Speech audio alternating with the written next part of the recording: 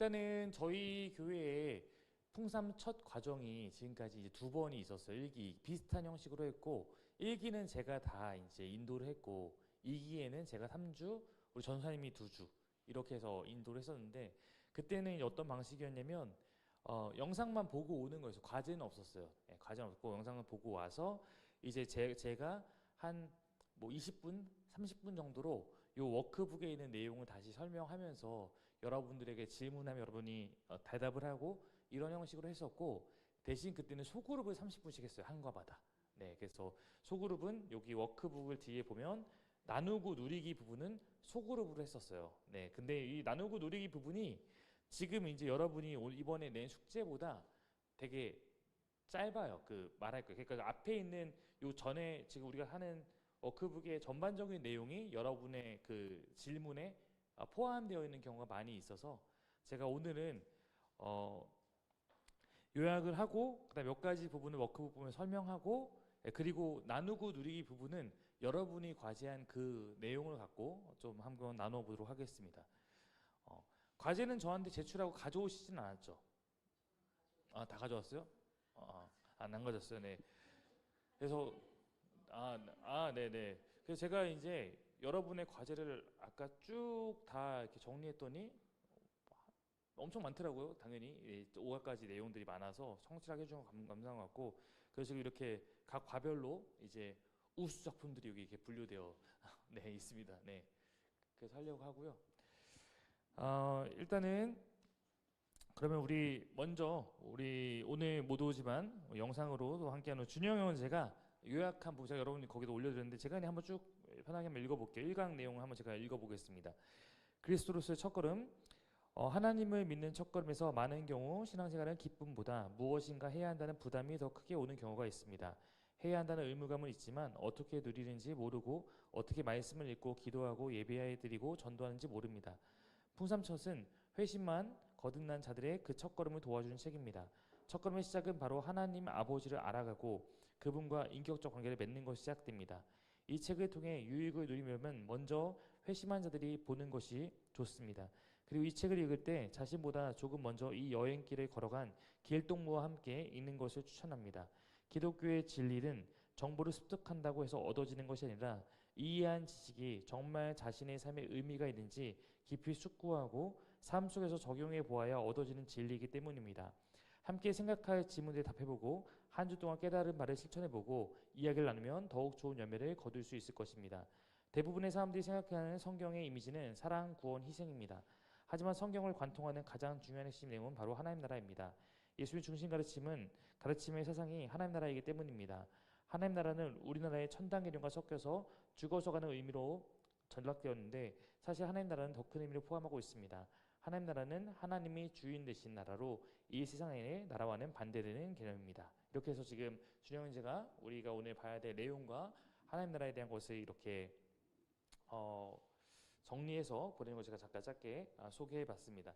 풍산소설은 이미 여러분들이 한 주간 책을 통해서 예습을 해보셨겠지만 풍삼초척기 중에서 풍삼첫 가장 마지막에 생겼어요. 네네. 왜냐면 맨 처음에는 풍삼초는 전도 과정으로 이제 그렇게 하고 풍삼기는 제자훈련 과정으로 했는데 풍삼초를 하고 회심한 사람들 풍삼기를 했는데 안 자라는 사람들이 있는 거예요. 이게 뭘까? 왜 풍삼초를 통해서 회심을 점검하고 회심한 자들에게 제자 훈련했는데 이 사람들이 기대하는 것만큼 건강하게 안 자랄까라는 피드백 속에 나온 게 우리가 중요하게 다뤄야 될 과정을 놓쳤구나 라고 하면서 나온 게 풍삼첫이에요. 그래서 이 과정을 잘 하지 않으면 풍삼기를 가도 안 자라는구나, 성장이 안 되는구나. 그래서 그런 내용들을 갖고 이 풍삼첫이 좀 시작되게 되었다라는 것을 말씀을 드리고 싶습니다.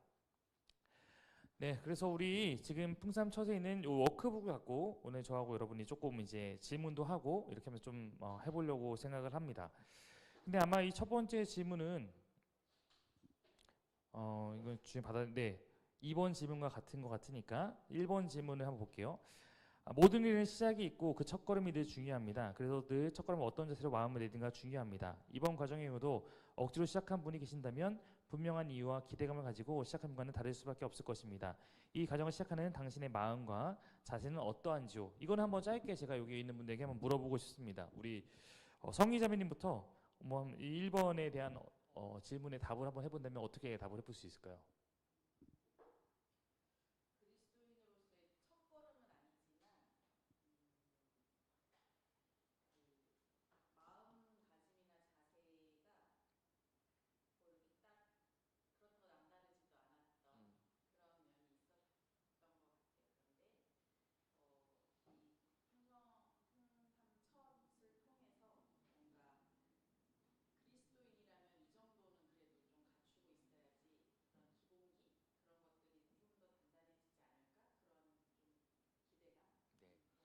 신앙의 기본기를 자 한번 다져보자라는 마음으로 오셨다고 말씀해 주셨습니다.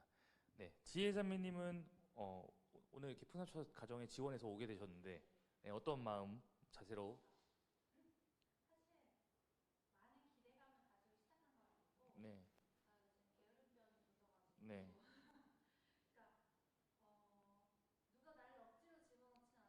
음, 음, 음, 네,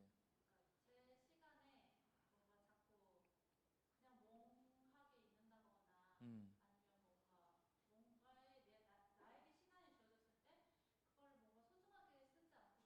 음,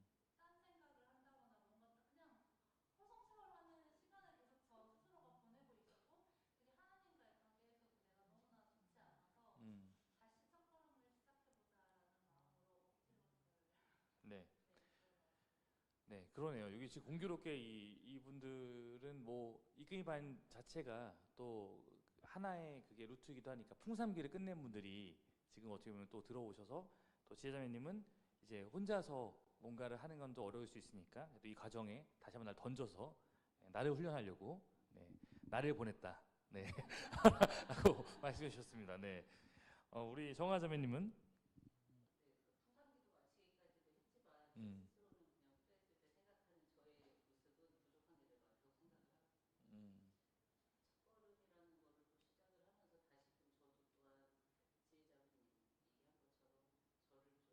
음, 음, 음, 음, 음,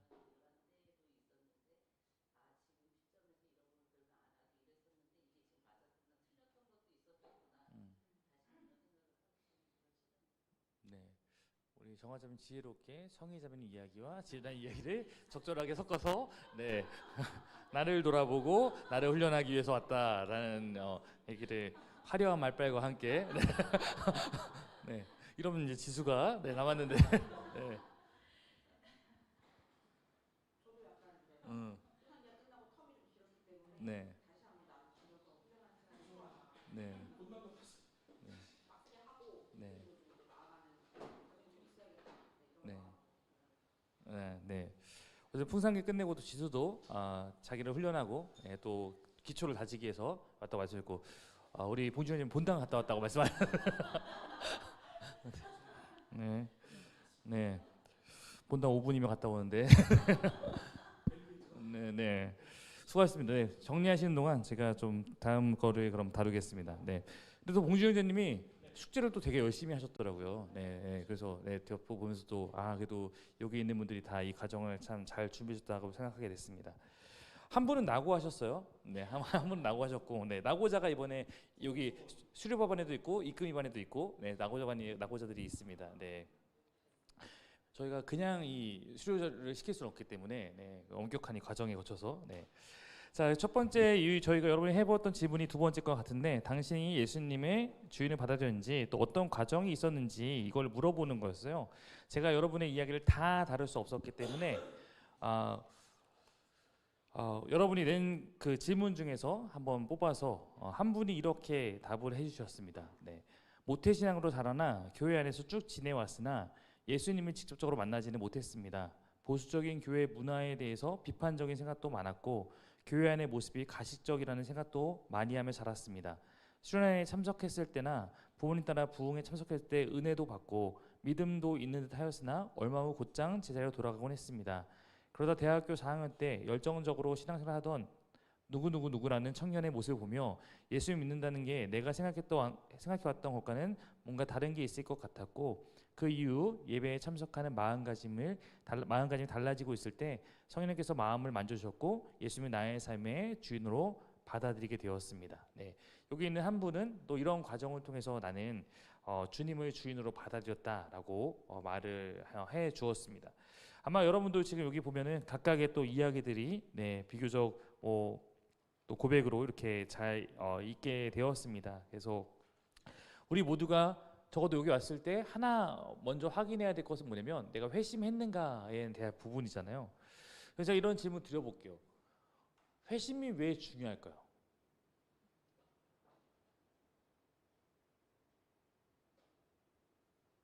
방금 요 질문을 제가 답으로 인용한 김지혜 셔니 회심이 왜 중요할까요?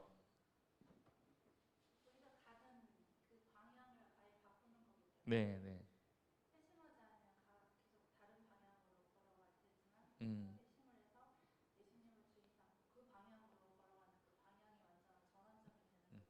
음, 네, 맞습니다. 그리고 제가 진짜 목회해 보면 회심하지 않은 사람을 어느 누구도 그러니까 변화시키는 것 자체가 우리가 하는 게 아닌데 그 변화를 도와주는 것조차도 안 먹혀요. 음. 자기가 회심했다는 거는 상대방의 누군가가 이야기 들어도 항상 고민을 하잖아요. 흔히 나를 향한 하나님의 이끄심이 무엇일까? 난 그걸 따라가고 싶은 마음이 생긴 게 회심인데, 그러면 누군가가 나한테 조언을 했을 때 그 조언도 거기서 하나님이 나에게 말씀하고 느껴지면 따라가거든요. 회심하지 않았다는 거는 그냥 내가 내 삶의 주인이고 내가 결정이 옳다라고 생각하는 듣고 나아가는 사람이기 때문에 기본적으로 이 사람은 설교를 들어도 누군가의 조언을 들어도 어떤 상황을 보더라도 거기에 대해서 자기가 좋아하는 것만 받아들이거나 자기가 옳다고 하는 것만 받아들이는 어떤 성향을 갖고 있기 때문에 결국 자기가 원하는 삶을 계속 나아가게 되는 거죠. 그러니까 하나님께서 모두가 다 우리가 이렇게 살아가잖아요. 이 삶을 바꿔서 하나님이 원하시는 대로 이쪽으로 데려오고 싶은데 데려오기 위해서 예배도 사용하시고 관계도 사용하시고 모두 사용하시는데 기본적으로 사용하실 때 그게 먹히려면 일단 이 사람이 자기 뜻보다 하나님 뜻을 따르려는 마음의 의지가 있어야 돼요.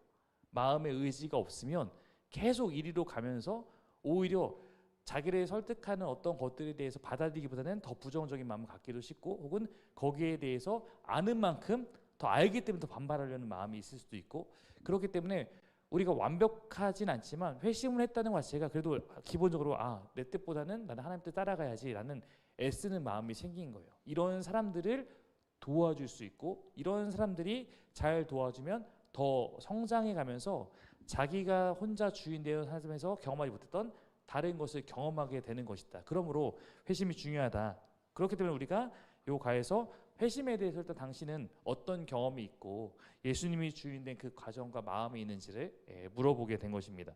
여러분은 다 고백한 대로 여러분은 내가 어쨌든 다시 한번 말해 완벽하게 내가 주님 원하는 대로 살지는 못할 수도 있지만 그래도 내가 주님이 원하시는 삶을 살기 위한 마음을 먹었고 그래서 애쓰는 마음이 다 있기 때문에 이 자리에 오신 것이죠.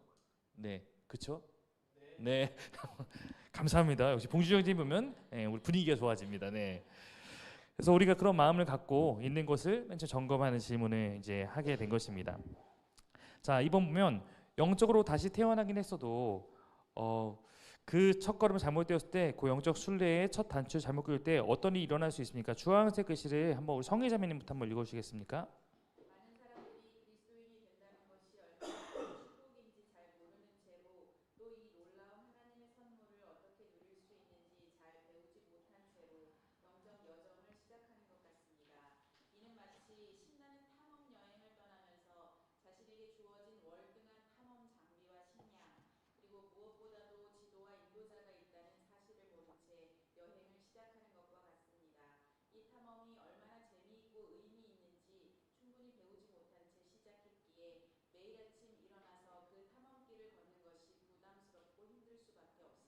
네. 우리가 이제 이 풍삼첫에서 제일 많이 처음 강조하고 우리를 점검하게 하는 거는 당신의 첫 여정은 여기서 말하는 대로 잘 하고 있었는가, 혹은 잘 도움 받았는가, 이런 내용을 이제 하는데 여기 보면은 이제 그런 내용 하는 거잖아요. 신앙생활의 첫 순례에 우리가 어떤 오해를 갖게 된다면 그것 자체가 우리가 건강하게 자라는데 도움이 되기보다 오히려 잘못된 선입견을 줄 수 있다. 뭐 예를 들어서 지금 읽어주신 성희자매님은 여기서 느껴지는 잘못 기울 때 일어날 수 있는 일이 뭐라고 생각하십니까? 음.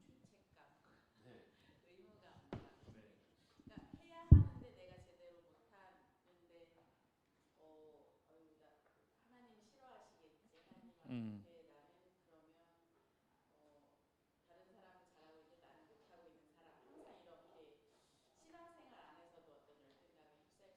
음.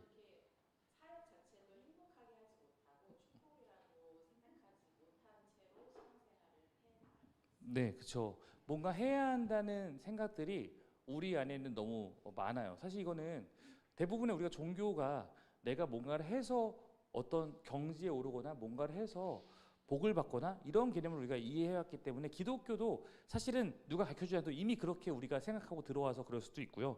거기다가 이제 우리에게 또 그걸 더 덧붙인 어떤 그런 우리 윗세대의 신앙의 어떤 모습들도 분명히 있었고 그런 것도 있죠. 그래서 신앙생활이 기쁨이어야 되는데 신앙생활이 많은 경우에 더 많은 짐을 짊어지게 되는 것이라고 말할 수 있습니다. 이어지는 말씀도 그걸 말하고 있는데요. 그리스도인이 된다는 것은 그렇지 않아도 힘든 세상의 살이에 수많은 새로운 의무 조항을 받아들여 종교생활의 의미를 덧붙이는 것이 아닙니다. 그렇다면 그리스도인이 산다는 것은 어떤 것으로 설명할 수 있을까요? 지혜자매님 한번 읽어주시겠습니까?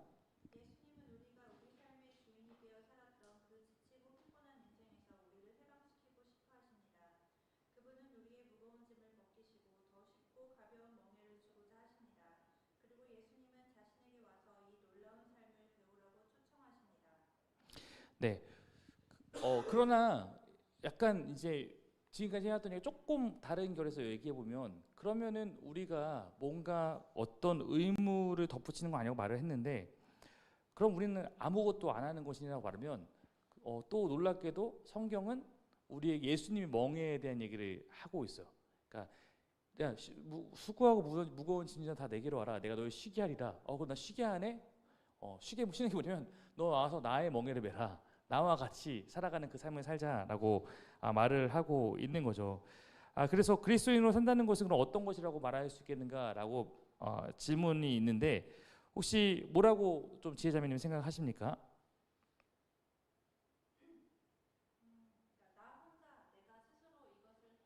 음, 음, 음, 음,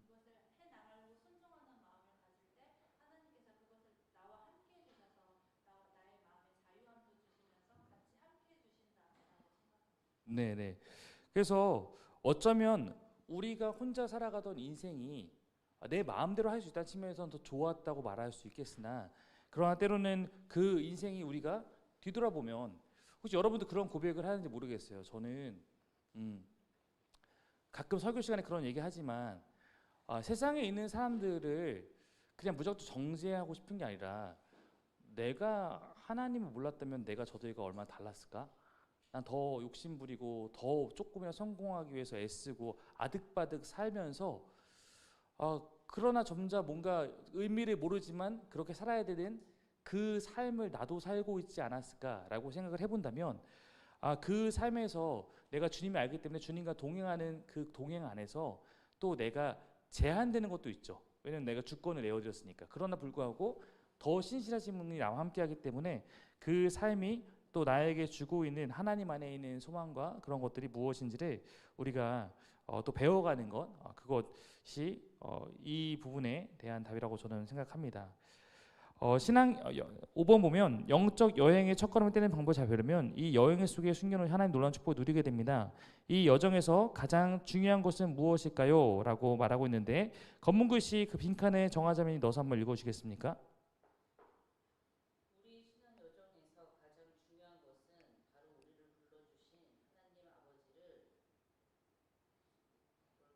네, 뭘까요? 뭐 하는 걸까요?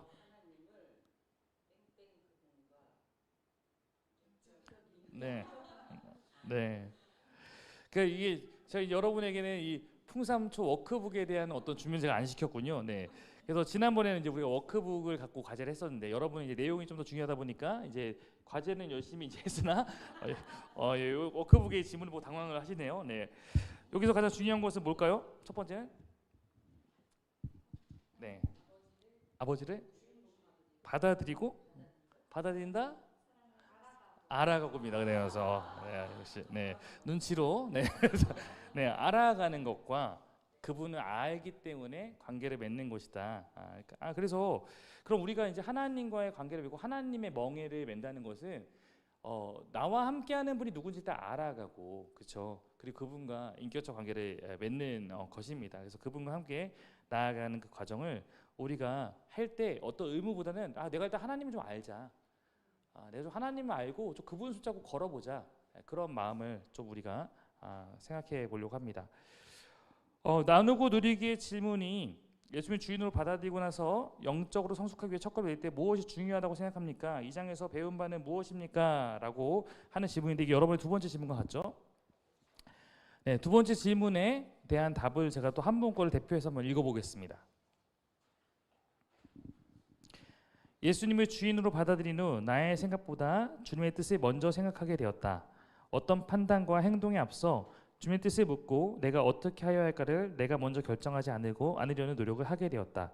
영적 첫걸음을 내딜 때 가장 중요한 점은 예수님을 내 주인으로 받아들인다는 것이 무엇인지 이해하고 그 삶을 살겠다고 결단하는 것이라고 생각한다. 탐험 여행에 있어 준비된 장비와 식량, 지도와 인도자가 있다는 사실을 알고 시작하는 것과 모르고 시작하는 것에는 엄청난 차이가 있다는 것이다. 그렇다면 나의 여행 준비는 얼마나 잘 되어 있는가 생각해 보게 되었다. 또한 그리스도인이란 자격 없는 나를 부르신 하나님을 알아가고 그 하나님께로부터 어떻게 하나님의 자녀로 살아갈 수 있는지를 배워가는 것이라는 것이다. 다 배운 자가 하나님의 자녀가 아니라 배워가는 자가 하나님의 자녀라는 사실이 마음에 크게 와닿는다 라고 우리 이 가운데 참여한 이성희 자매님이 이 부분에 대한 답을 이렇게 적어 주셨습니다. 아마 여러분들도 지금 이 내용에 대부분 다 공감하시고 비슷한 이해를 갖고 계시지 않을까 생각합니다. 그러면 세 번째 질문은 이거였어요. 이제 이 책을 어떻게 사용해서 최선의 유익을 나눌 수 있을까? 이거에 대해서 답을 하는 건데요. 한 분이 이렇게 답을 적었습니다. 이 책을 통해 그리스도인이 단순히 예수님의 주인으로 모시기를 결단한 것에 그치는 게 아니라 영적으로 성장하기 위해 어떤 과정을 거치며 어떻게 해야 할지 구체적인 실천 지침을 알려주는 것이 유익이라고 생각합니다. 모호한 방향성을 더 확실하게 알 수 있고 실천 의지를 높일 수 있을 것 같습니다. 하나님과의 교제를 좀 더 진전시키는 유익이 있을 것 같습니다. 라고 호주에 있는 형제님이 저희에게 이렇게 함께 또 나눔을 주셨습니다. 그래서 이런 표현을 하거든요. 저는 이 표현 되게 동의하는데 이번 주에 오는 저희 교회 설교 다음 주에 설교를 오시는 양효희 교수님이라는 분을 제가 만났기 때문에 내가 이분 때문에 몇 년을 아꼈다. 내가 이분을 만났기 때문에 내가 하나님 나라를 공부하는 데 있어서 그걸 너무 잘 알려줄 수 있는 좋은 신앙의 선배이자 스승님을 만났기 때문에 그분을 만났기 때문에 그 시간들이 나의 혼자 공부하며 알아갔을 혹은 이렇게 실수하고 돌아오고 깨닫고 했을 이거를 몇 년을 아꼈다. 이런 얘기를 실제로 목사님들이나 신학자들이 자기에게 영향을 줬던 어떤 분을 통해서 말하기도 하고 그리고 만약에 제가 지금 이제 우리가 받아들이고 있는 양육부원에서 뭐 하나복 사역도 김용 목사님 만났기 때문에 또 제가 혼자서 찾으려고 하면 혼자서 만들려고 하면 훨씬 더 많은 시간을 들여야 될 것들을 또 도움 받는 것처럼 우리가 이 부분을 통해서 나는 이미 지나왔다고 느낄 수도 있지만 지금 혹시 누군가에게 내가 도움이 될 수도 있는 그 여정을 누가 도와줄 수 있는 것 그거에 대한 유익함들을 말할 수 있겠죠. 자, 마태복음 11장 28절에서 30절과 요한복음 10장 10절을 읽고 우리의 주인 되신 예수님께서 우리에게 주시기 원하는 것이 무엇인지 이야기하는 마음에 새겨봅시다. 다음 분이 누구죠? 지수자매죠? 한번 말씀 한번 읽어주시겠습니까?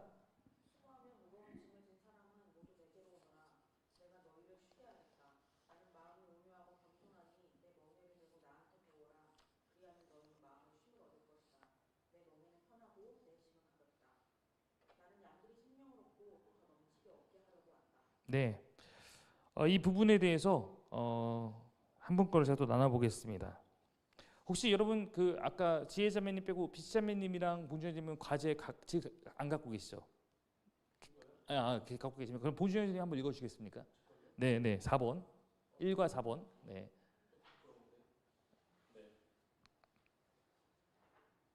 주님은 우리에게 온전한 하나님 나라에 함께하며 완벽한 평강과 화평을 누리기를 원하고 계십니다. 나의 부족함은 주님을 알고 계시고 그 모든 것을 품어주신다고 말씀하고 계십니다.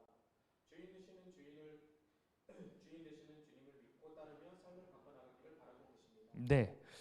이 말씀을 통해서 봉준현님 저렇게 저걸 느꼈다 말한 것처럼 주님이 나의 부족함을 알고 계시지만 부족함을 탓하기보다는 부족함을 도와서 더 좋은 것을 우리가 누리며 나아가기 위해서 우리와 함께 하신다라는 내용으로 또 이렇게 고백을 해 주셨습니다.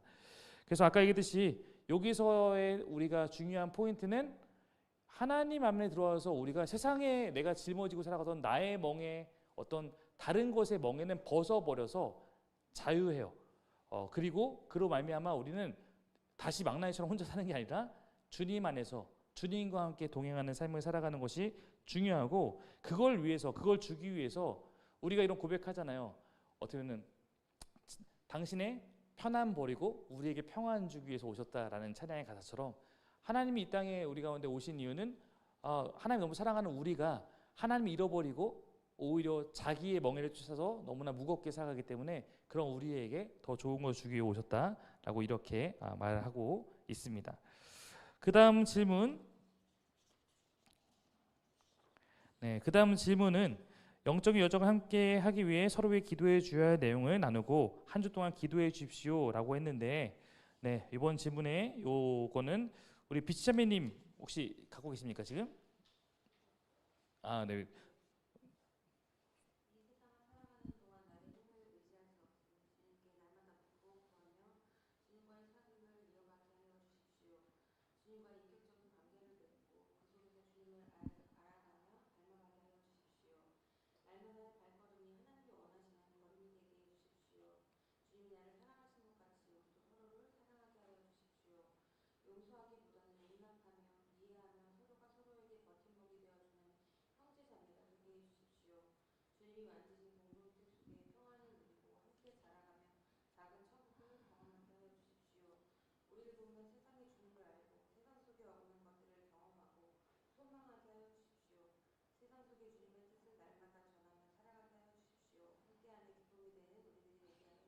네, 저렇게 길게 또 이 부분을 기도해 주셨습니다. 네. 근데 이게 이제 보면 저희는 알죠. 이거는 풍산기까지 한 사람의 기도구나. 이 내용들이 우리는 이제 알고 여기는 지금 풍산기를 다 끝내신 분들이 지금 계시기 때문에 어쩜 우리는 풍산기를 이미 했지만 아까도 얘기했듯이 뭐 늦게 오신 분은 이제 제가 그 처음에 얘기했는데 풍삼초이 가장 마지막에 만들어졌어요. 풍삼초를 끝내고 풍산기를 했는데 안 잘하는 사람도 있는 거야. 뭐가 문제지? 하나님과의 가장 초기에 해야 될 기본적인 것들을 이해하지 못하는. 그러니까 이거는 이걸 이제 이 책에서 김영우 목사님이 예상하지 못했던 거예요. 이것도 우리가 잘 알려주지 않으면 많은 사람들이 여기 이 부분을 놓치는구나. 인격적 관계가 뭔지도 모르고, 그러니까 이게 당연히 알 거라고 생각했고, 근데 나 생각해봤지만, 자기 자신도 나도 생각해보니까 처음에 이런 어려움이 있었는데 이 시간들을 잘 붙잡아주는 게 되게 좋겠다, 중요하겠다라는 마음이 있기 때문에 이 과정이 마지막에 생겼고 이제 이 과정을 따라서 간다면 이런 시행착오를 애초에 좀 방지하고 우리가 더 나아갈 수 있는 그런 과정으로 이 마지막으로 이 풍산적 과정이 생기게 된 것입니다.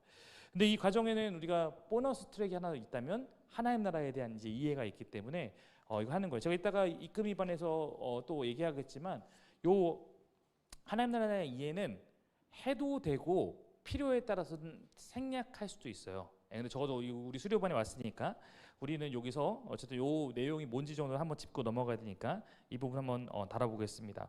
봉준현님이 한번 질문 한번 읽어주시겠습니까? 14페이지. 네. 14페이지에 있는 하나님 나라 이야기 질문.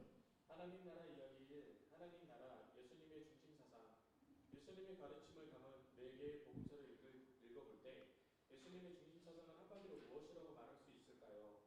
그리고 하나님 나라와 세상의 나라는 어떤 점에서 구별되고 반대되는 개념일까요? 네, 여러분들도 영상을 통해서도 책을 통해서도 이 부분은 이제 읽어보셨겠지만 우리가 이제 풍삼 첫 정도로 들어가면 저희 교회는 별도로 하나님 나라에 대한 이해를 어쩌면 여기서 말한 것도 더 깊이 막 이렇게 했지만 많은 사람들이 하나님 나라에 대한 이해 자체가 어쩌면 우리도 그랬듯이 단순히 천국을 죽어서 가는 어떤 곳으로 이해하기 때문에 신앙의 어떤 부분에서 오해를 갖고 있는 경우가 많고 우리에게 주어진 이 삶에 대한 어떤 오해를 가진 경우가 있잖아요. 예를 들어서 제가 이번 주에 그런 얘기했는데 그 악동 뮤지션의 이찬혁 그 군이 군 맞죠? 이찬혁 군이 네 장래의 희망, 네 장래의 희망이라는 장래가 아니고 장래의 희망이라는 그걸 하면서 죽음 이후의 것들에 대해서 이렇게 한 그 노래를 이제 내서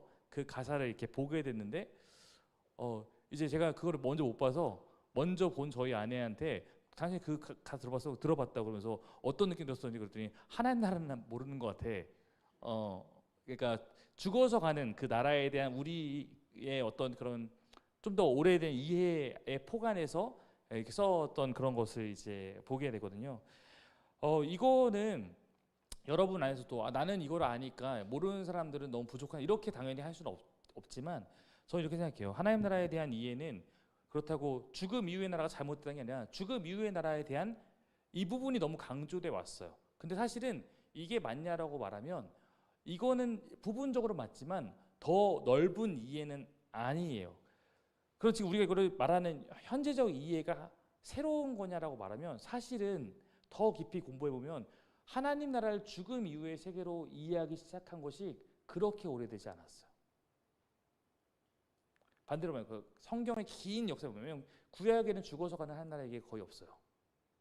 구약 시대의 사람들의 구원은 죽어서 어디 간다는 개념이 아니었어요.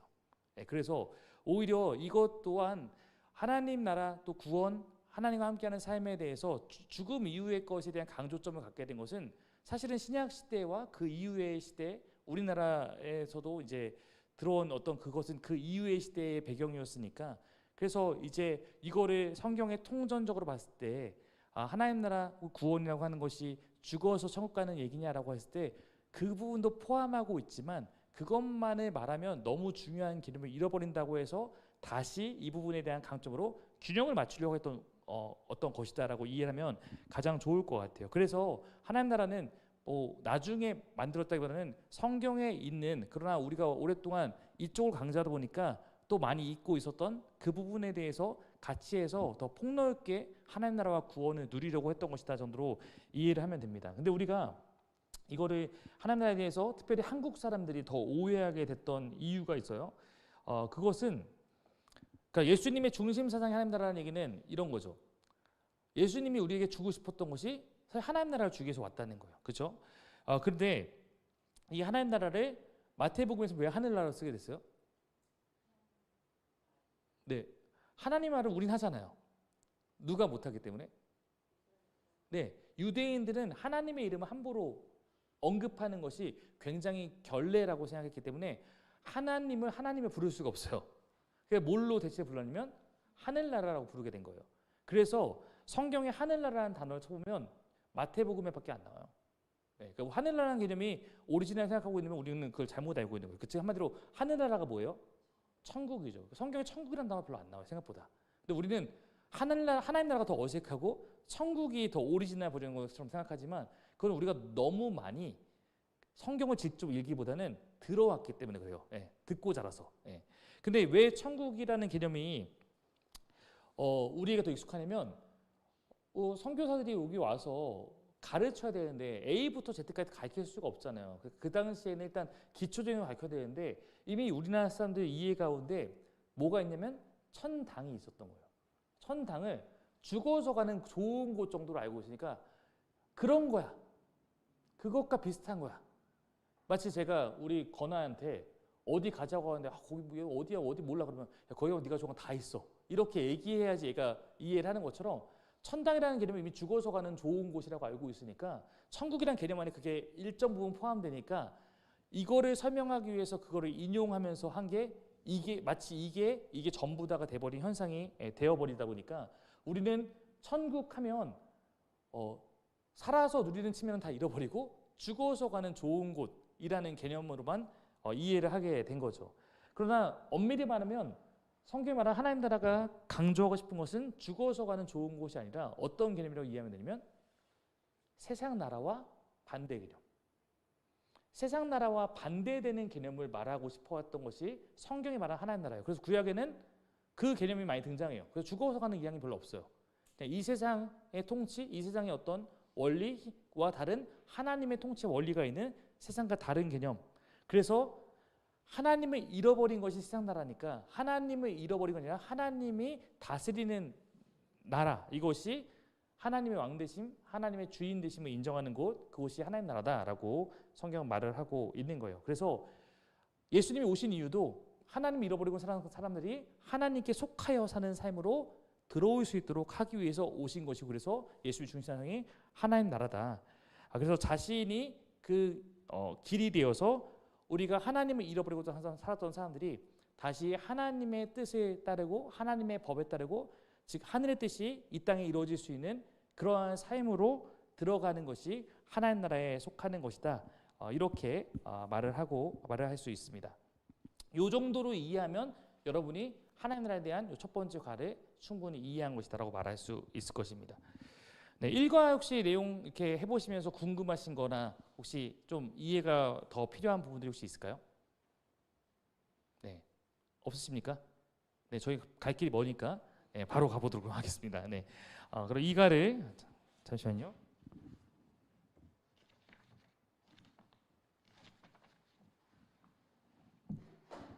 이거는 여러분의 과제를 그럼 제가 먼저 하나씩 함께 나눈 이야기가 지금 여러분은 결국 풍삼초 풍상영어처럼 이 워크북을 갖고 누군가를 하게 될 거예요. 풍삼초로 이걸 하고, 그래서 워크북에 지금 앞에 있는 워크북에도 나눔이 있고 질문인데, 지금 여러분이 해온 과제가 이 질문의 부분에도 포함되어 있고 나눔의 부분에도 있는데, 나누고 누리기는 여기는 되게 조금 있거든요. 왜냐면 이거는 소그룹으로도 할 수 있게 만들어졌기 때문에 여러분 1대1로 하면 다 나누겠지만, 그래서 이 부분을 여러분 먼저 한번 쭉 정리해 보면서 나아가면 좋을 것 같습니다. 이 강에 대한 부분 첫 번째 질문에 대해서는 우리 한번 김지혜 자매님 1번 부분 답 한번 말씀해 주시겠습니까? 네, 네, 네, 네.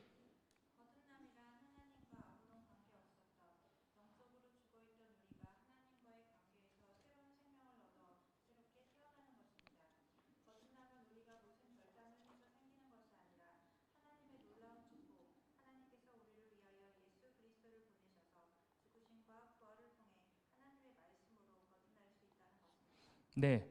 그래서 여기 말씀해 주신 것처럼 베드로전서 1장 3절과 1장 23절을 암송하고 이렇게 이제 해 보면서 하는 부분이 여기에 대한 것들인데, 이게 지금 2번이죠. 질문이. 네. 잠시만요. 제가 지금 잘못 봤나?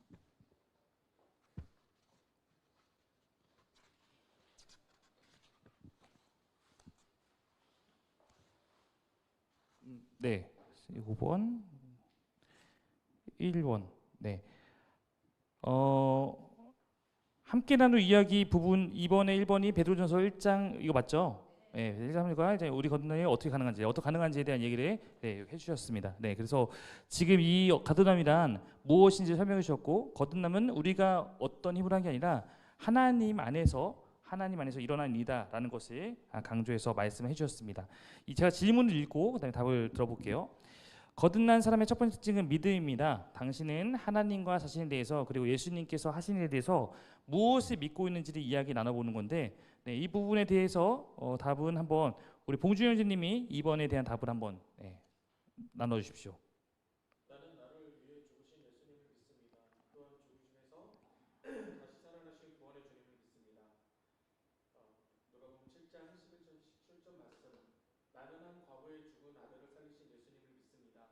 또한 슬픔에 잠겨 있던 과부의 아픔을 위로해 주셨던 따스하고 사랑 많으신 주님을 믿습니다. 나는 한번 죽었던 마음을 다시 회복시켜 주시는 주님을 만났습니다. 내가 죽음을 각오하고 세상 벼락 끝에 서 있을 때 저희 눈물을 닦아주시며 제 삶의 목적과 의미를 다시 찾게 해주셨습니다. 네, 우리 봉준님이 고백한 것은 우리를 위해서 하나님께 하신 일에 대해서 그리고 나에게 개인적으로 또 나에게 그런 소망을 주셨던 그 하나님에 대한 것들을 이야기를 나눴습니다. 3번 질문 이거였어요. 믿음, 삶의 변화, 공동체가 소속되는 일 모두 시간이 필요하지만 당신에게 적어도 코페르니쿠스적 혁명이 시작되었는지에 대한 이야기를 나누어 보는 부분이었는데요. 한번 지수자매가 한번 이 부분에 대한 본인의 생각을 한번 나눠주시면 좋을 것 같습니다.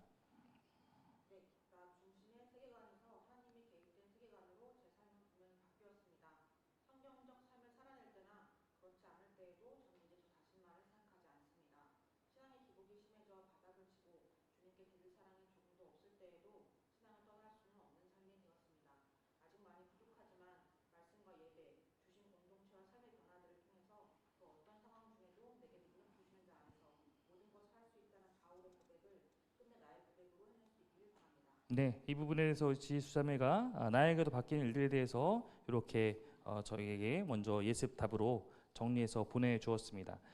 4번 보면 2장 부문에서 하나님의 은혜를 받은 사람들의 신분이 완전히 바뀌었다고 말합니다. 당신이 받은 은혜와 바뀐 신분이 어떤 걸 생각해보고 관련된 성경 구절을 찾아보십시오 라고 하는 부분입니다.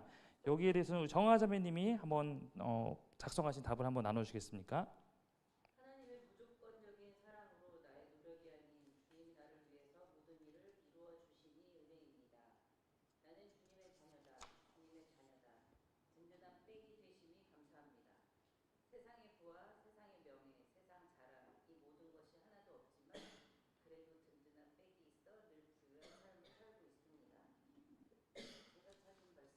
네.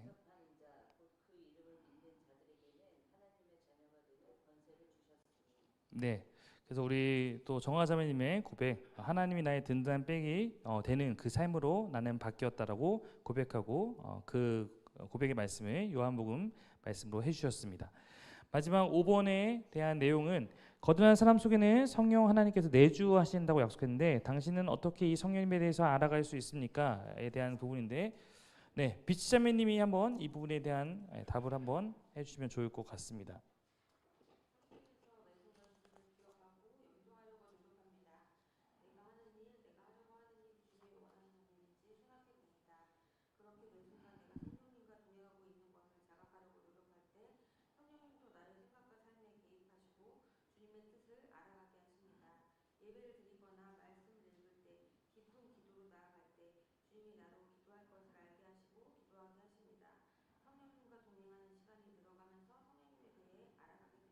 네, 여기서 말하는 성령의 동행에 대해서도 우리 비치맨이 경험하고 있는 것들을 잘 나누어 주셨습니다.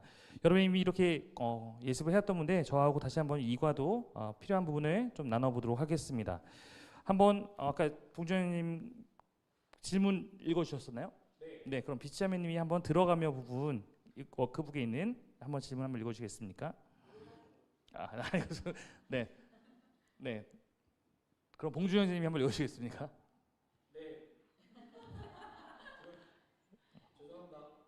이거 하나님 나라 읽었잖아요. 네.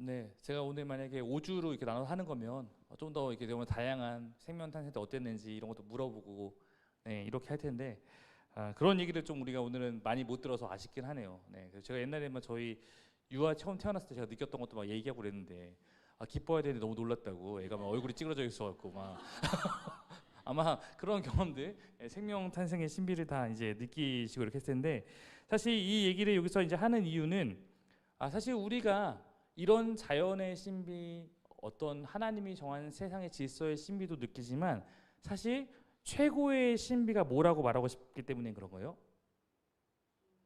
네, 우리가 하나님을 알고 하나님과 관계를 맺는다는 것 자체가 사실은 너무 놀라운 일이다. 우리는 이거를 잘 모를 때가 있는데 잘 모르면 왜 모르는 거냐면 하나님이 얼마나 큰지 내가 하나님 만나기 얼마나 사실 말이 안 될 만큼 하나님이 정하신 그 거룩함의 기준에서 뭔 사람인지 잘 모르기 때문일 수 있어요. 그래서 내가 사실 나는 하나님과 도저히 함께할 수 없는, 성경을 보면 그런 사람이구나 라는 것도 점점 배워가게 되고, 하나님은 내가 생각한 것보다 훨씬 더 크신 분이구나. 근데 그 하나님을 내가 알고 그 하나님과 더 나아가서 교제하게 되었다는 것이 굉장히 놀라운 일이구나. 이것들을 어쩌면 이 안에서 우리가 나누고 싶어서 이런 이야기로 시작을 하고 있습니다. 이번 질문을 한번 성기자매님이 읽어주십시오. 어느 날 늦은 밤 자신을 찾아온 유대인 지도자 니고데모에게 예수님은 거듭나지 아니하면 하나님의 나라를 볼 수 없느니라라고 말씀하셨고, 베드로 사도는 우리가 거듭나서 산 소망을 갖게 되었다고 선언합니다. 우리가 일반적으로 사용하고 있는 거듭남의 의미와 성경에서 말하는 의미는 어떻게 다른가요? 네, 일반적으로 거듭났다는 얘기를 써요, 안 써요? 네, 쓰죠. 저 사람이 이제 거듭났다 드디어, 이런 얘기를 하고, 이제는 뭐 구원 투수로 거듭났다, 아니면 어디 어느 뭐 집단의 기대주로 거듭났다, 이런 표현을 쓴단 말이에요. 그럼 거기서는 어떤 의미죠? 뭐 그래서 좀 새로운 모습이 이제 생겼다, 혹은 새로운 어떤 신분이나 어떤 역할로서 그 사람이 이제 뭐 되었다, 아니면 건전한 신을 거듭났다, 뭐 변화되었다, 뭐 이런 의미도 있죠. 그럼 혹시 성경적인 의미는 뭐라고 생각을 하십니까? 거듭남. 음.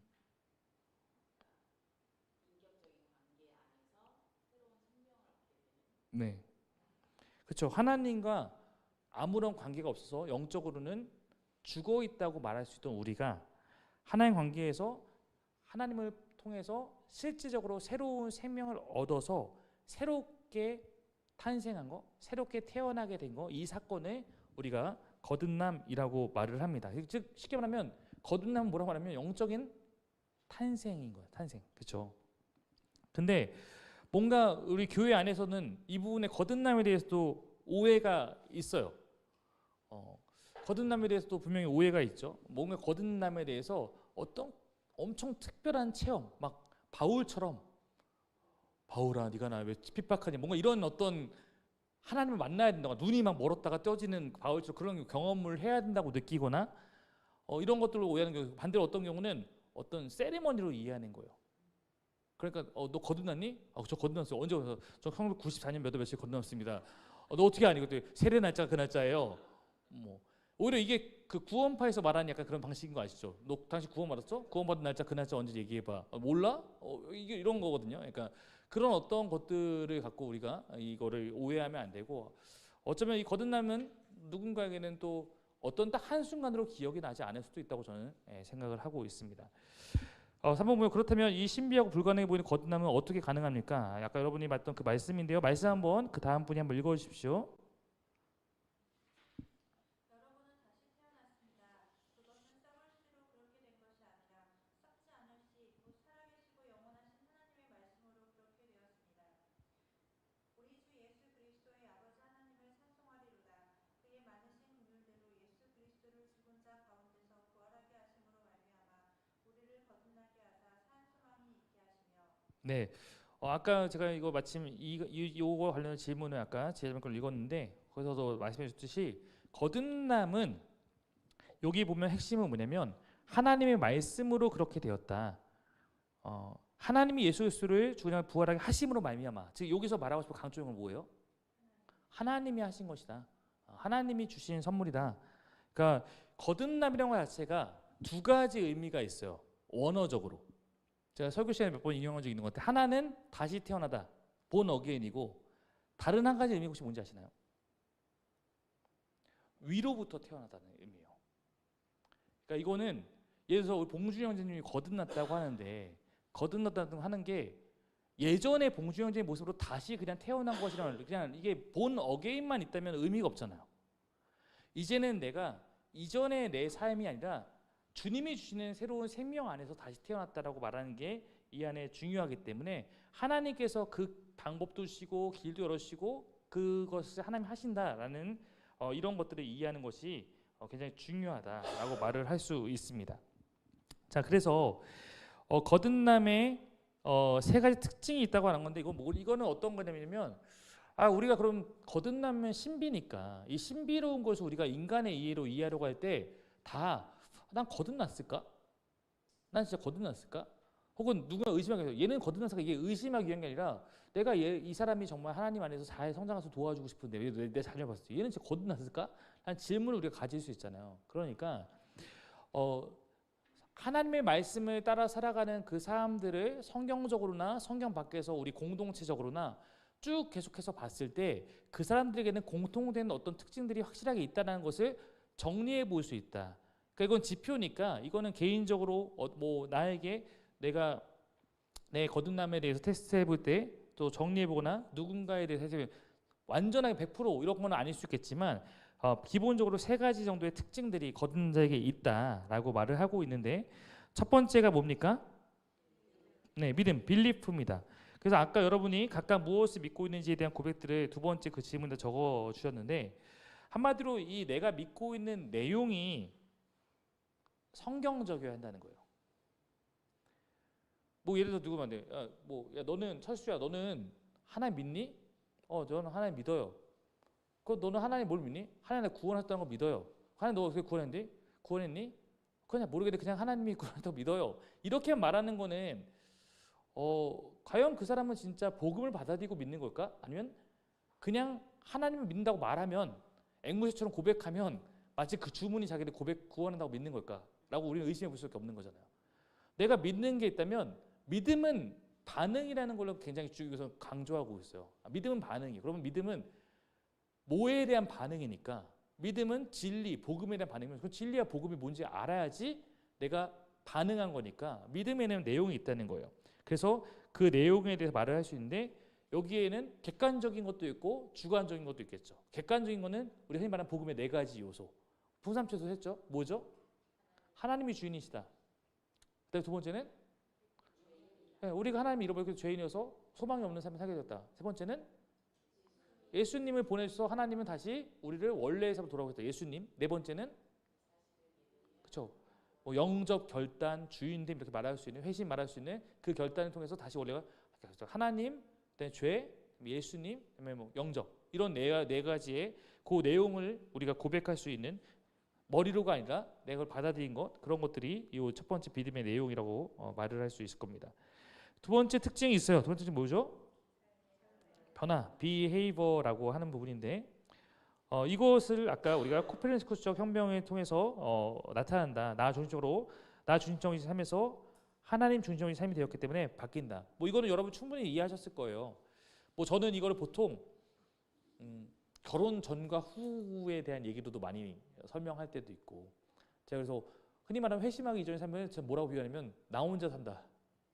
나 혼자 사는 삶에서 그러나 누군가와 함께 사는 것만으로 우리 삶에 참 많은 부분이 바뀔 수밖에 없는데 그리고 우리가 흔히 말하는 자녀를 낳으면 또 바뀌는데 내가 책임져야 될 내 삶의 바운드 근데 하나님과 동행한다는 삶이 우리가 근데 뭔가를 바꾼다는 것은 당연하다라는 것이고 그러나 이제 여기에 이 변화를 말하면 누군가는 자꾸 시험에 들어요. 왜 시험에 드냐면 저는 회심은 한 것 같은데 그런 변화는 없는 것 같아요. 그래서 우리가 이때 많이 얘기하는 게 점진적 변화와 급진적 변화가 다를 수 있다는 얘기를 하고 이따 이뜸이 반에서 아마 이게 좀 길게 할 것 같아서 그때 또 나누겠습니다. 세 번째 특징 뭡니까? 네, 공동체에 소속됨이라는 겁니다. 그러니까 이거는 아마 지금 여러분이 이제 풍삼초 할 때는 이 내용들은 안 다루니까 이제 이 회심한 이후에 이걸 통해 너 점검해야 되고 했을 때 이제 이때 우리가 이거 다루게 되는데 하나님의 구원은 하나님이 하나님의 가족이 아니었던 사람을 가족으로 입양하는 거예요.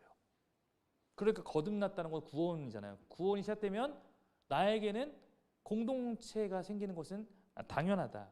그래서 내가 여전히 구원받았다 고백하는데 마치 나 혼자 살아가는 것처럼 생각하고 있다면 그것은 어쩌면 이 하나님의 구원에 대해서 잘 이해한 것이 아니다.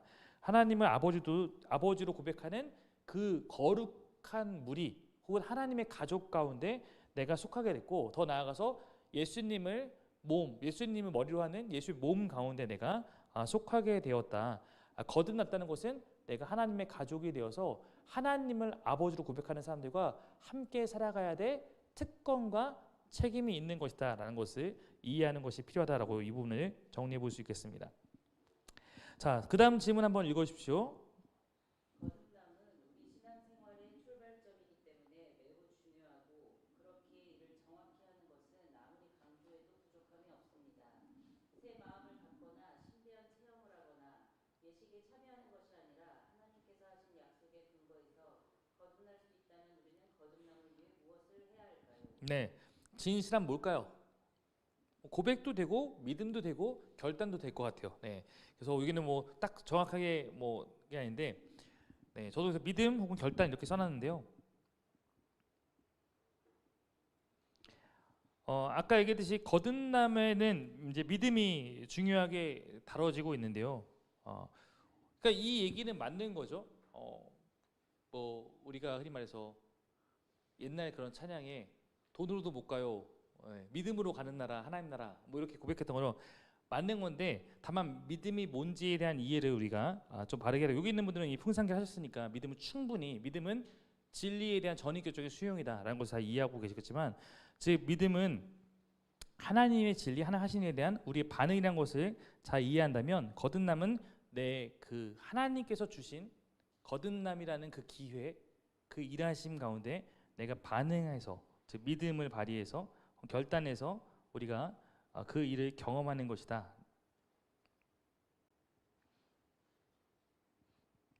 네, 여기에 따른 뭐 체험 이런 이야기는 또 이따가 우리 이끌만에서 또 다룰 내용에 속해 있기 때문에 그때 또 다 다뤄보도록 하겠습니다. 자, 우리가 아까 점진적 지속적 얘기했지만 6번은 그걸 말하고 있어요. 거듭남은 사도 바울처럼 한순간 이런 경우도 있지만 베드로 포함 12대처럼 일정 기간 걸쳐 일어나기도 합니다. 거듭남을 확인하기 우리는 무엇을 해야 될까요? 한번 주한 글씨 한번 읽어 주십시오. 거듭남을 확인하기를 원하는 사람들이 있다면 그들이 해야 할 것은 내가 어떤 체험을 했느냐를 살피는 것이 아니라 성경을 통해서 보여주신 하나님의 진리를 내가 진실로 믿는가, 그로 인해서 내 삶의 변화의 출발점이 있는가를 확인해 보는 것입니다. 다시 말하거니와 거듭남은 하나님의 선물입니다. 그러므로 하나님 앞에 진실하게 서는 사람들만이 거듭남의 축복을 누리게 되는 것입니다. 네, 체험보다는 체험은 따라오는 건데, 체험의 어떤 감정보다는 성경의 진리 안에서 항상 내가 나를 분별하는 것이 필요할 수 있다. 왜냐하면 감정은 너무 잘 흔들려요. 너무 흔들리기 때문에 굳건한 우리가 반석이라고 말할 수 있는 성경의 진리 안에서 내가 서 있는 것이 중요하다. 아까 했듯이 이 얘기는 이따가 조금 더 깊이 다뤄보도록 그렇게 하겠습니다. 자, 7번 보면 하나님과의 진리에 인격적 반응한 사람들, 즉 거듭남 자에게 주어진 특권을 세 가지 말하고 있어요. 첫 번째 뭘까요?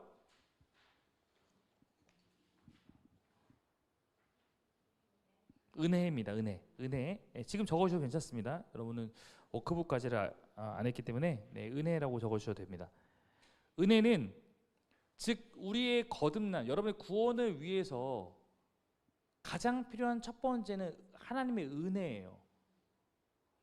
제가 자주 쓰는 표현을 말하면 하나님이 우리를 구원하기로 결정하지 않았으면 어느 누구도 구원에 이를 수 없다. 그 결정이 은혜인 거예요. 하나님이 우리를 다시 내가 살리기 위해서 일하신 것. 은혜는 뭘 은혜라고 하죠? 네, 역시 풍산길을 다 끝내신 분들답게 그 얘기가 떠오르잖아요. 근데 은혜는 쉽게 말하면 제가 지혜자매한테 돈을 껐는데 제가 돈을 돌려줘요. 은혜다 이렇게 말하지 않아요. 대가 혹은 뭐 당연한 약속이니까. 근데 난 받을 것이 없는데, 난 지혜자매님이 돈이 없는데 어떡하죠 하는데 제가 돈을 줘요. 그러면 은혜다라고 얘기할 수 있는 거예요. 내가 기대할 수 없는 걸 받았기 때문이에요. 즉 구원은 당연한 게 아닌 거예요. 거듭나면 당연한 게 아닌 거예요. 우리가 거듭나는 게 당연한 게 아니라 거듭날 수 없는 우리를 거듭나도록 다시 기회를 주신 것이 하나님이기 때문에 그걸 고백하는 사람은 은혜라고 고백하는 거죠. 자, 두 번째는 뭐의 변화일까요? 신분의 변화입니다. 네, 그래서 이 안에서 우리가 믿음을 반응했을 때 우리에게는 신분의 변화라는 특권이 주어지는 것입니다. 우리는 거듭났다고 해서 지수가 예를 들어 어제 거듭났어요. 어제 거듭났는데 그럼 하루 사이 뭐 달라진 것도 분명히 있겠죠. 마음의 어떤 부분 달라질 수도 있고 아까 그런 어떤 거 달라졌겠지만 아직 우리가 달라지지 않은 부분도 굉장히 많을 거예요. 그러니까 나는 아직 하나님 자녀답지 않을 수도 있고 뭐 이렇게 좀 극단적인 예일 수 있지만 내가 개를 입양해 왔어요. 근데 이게 개가 뭔가 그게 뭔가 떠돌이 개가 우리 집 개가 되었다고 해서 얘가 한순간에 막 달라지는 게 아니라 적응해가면서 그런 반드시 변화가 사랑해주고 보살펴주고 하면 변화가 있는 것처럼 변화가 있긴 있는데 시간이 필요할 수 있기 때문에 신분의 변화가 되었다는 것은 어쩌면 내가 그것을 정체성을 받아들이고 고백하는 것이 시작해서 점점 그 고백도 나아가는 것일 수 있어요.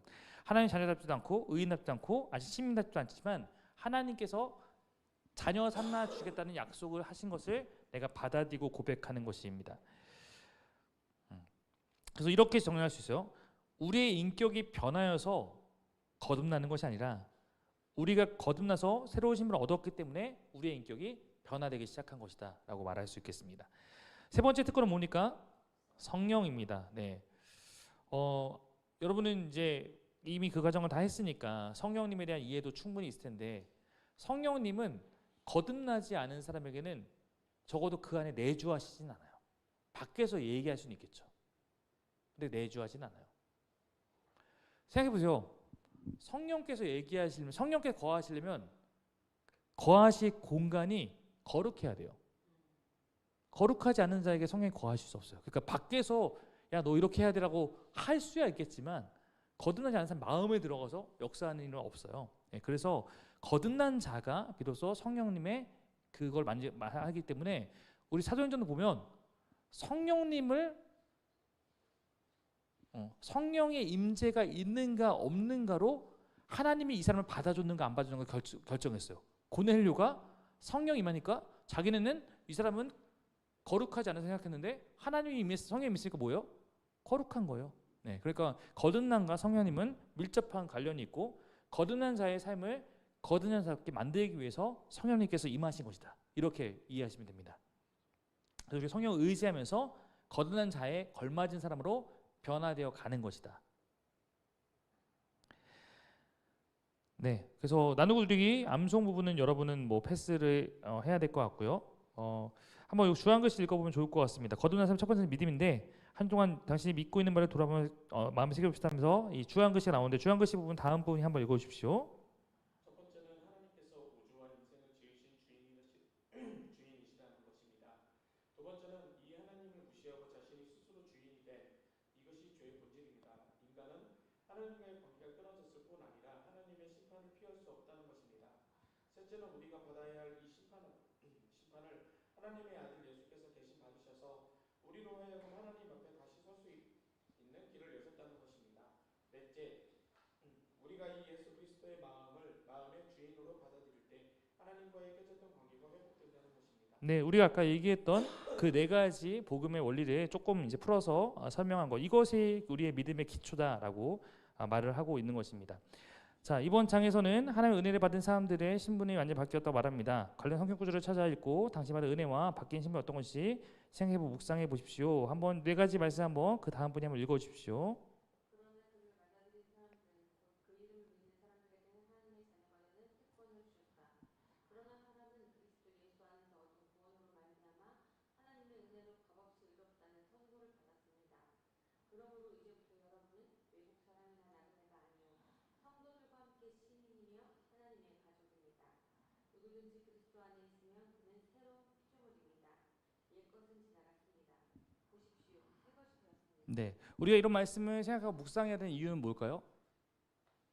아까 했듯이 우리의 거듭남은 우리의 감정에 따라 좌지우지되는 게 아니라 우리에게 일어난 이 사실을 진리로 받아들이는 것이 있기 때문이에요. 내가 자꾸 내 감정적으로 난 안 변한 것 같아. 나 안 변할 것 같아. 사탄이 막 나한테 와서 넌 안 변해. 너는 변하지 않을 거야. 넌 똑같잖아. 이렇게 참소할 때도 아니야. 난 그리스도 안에 있으니까 난 새로운 피조물이야. 라고 고백해야 되기 때문에. 그렇기 때문에 우리의 진리를 묵상하는 게 필요하다라고 말씀드릴 수 있겠습니다.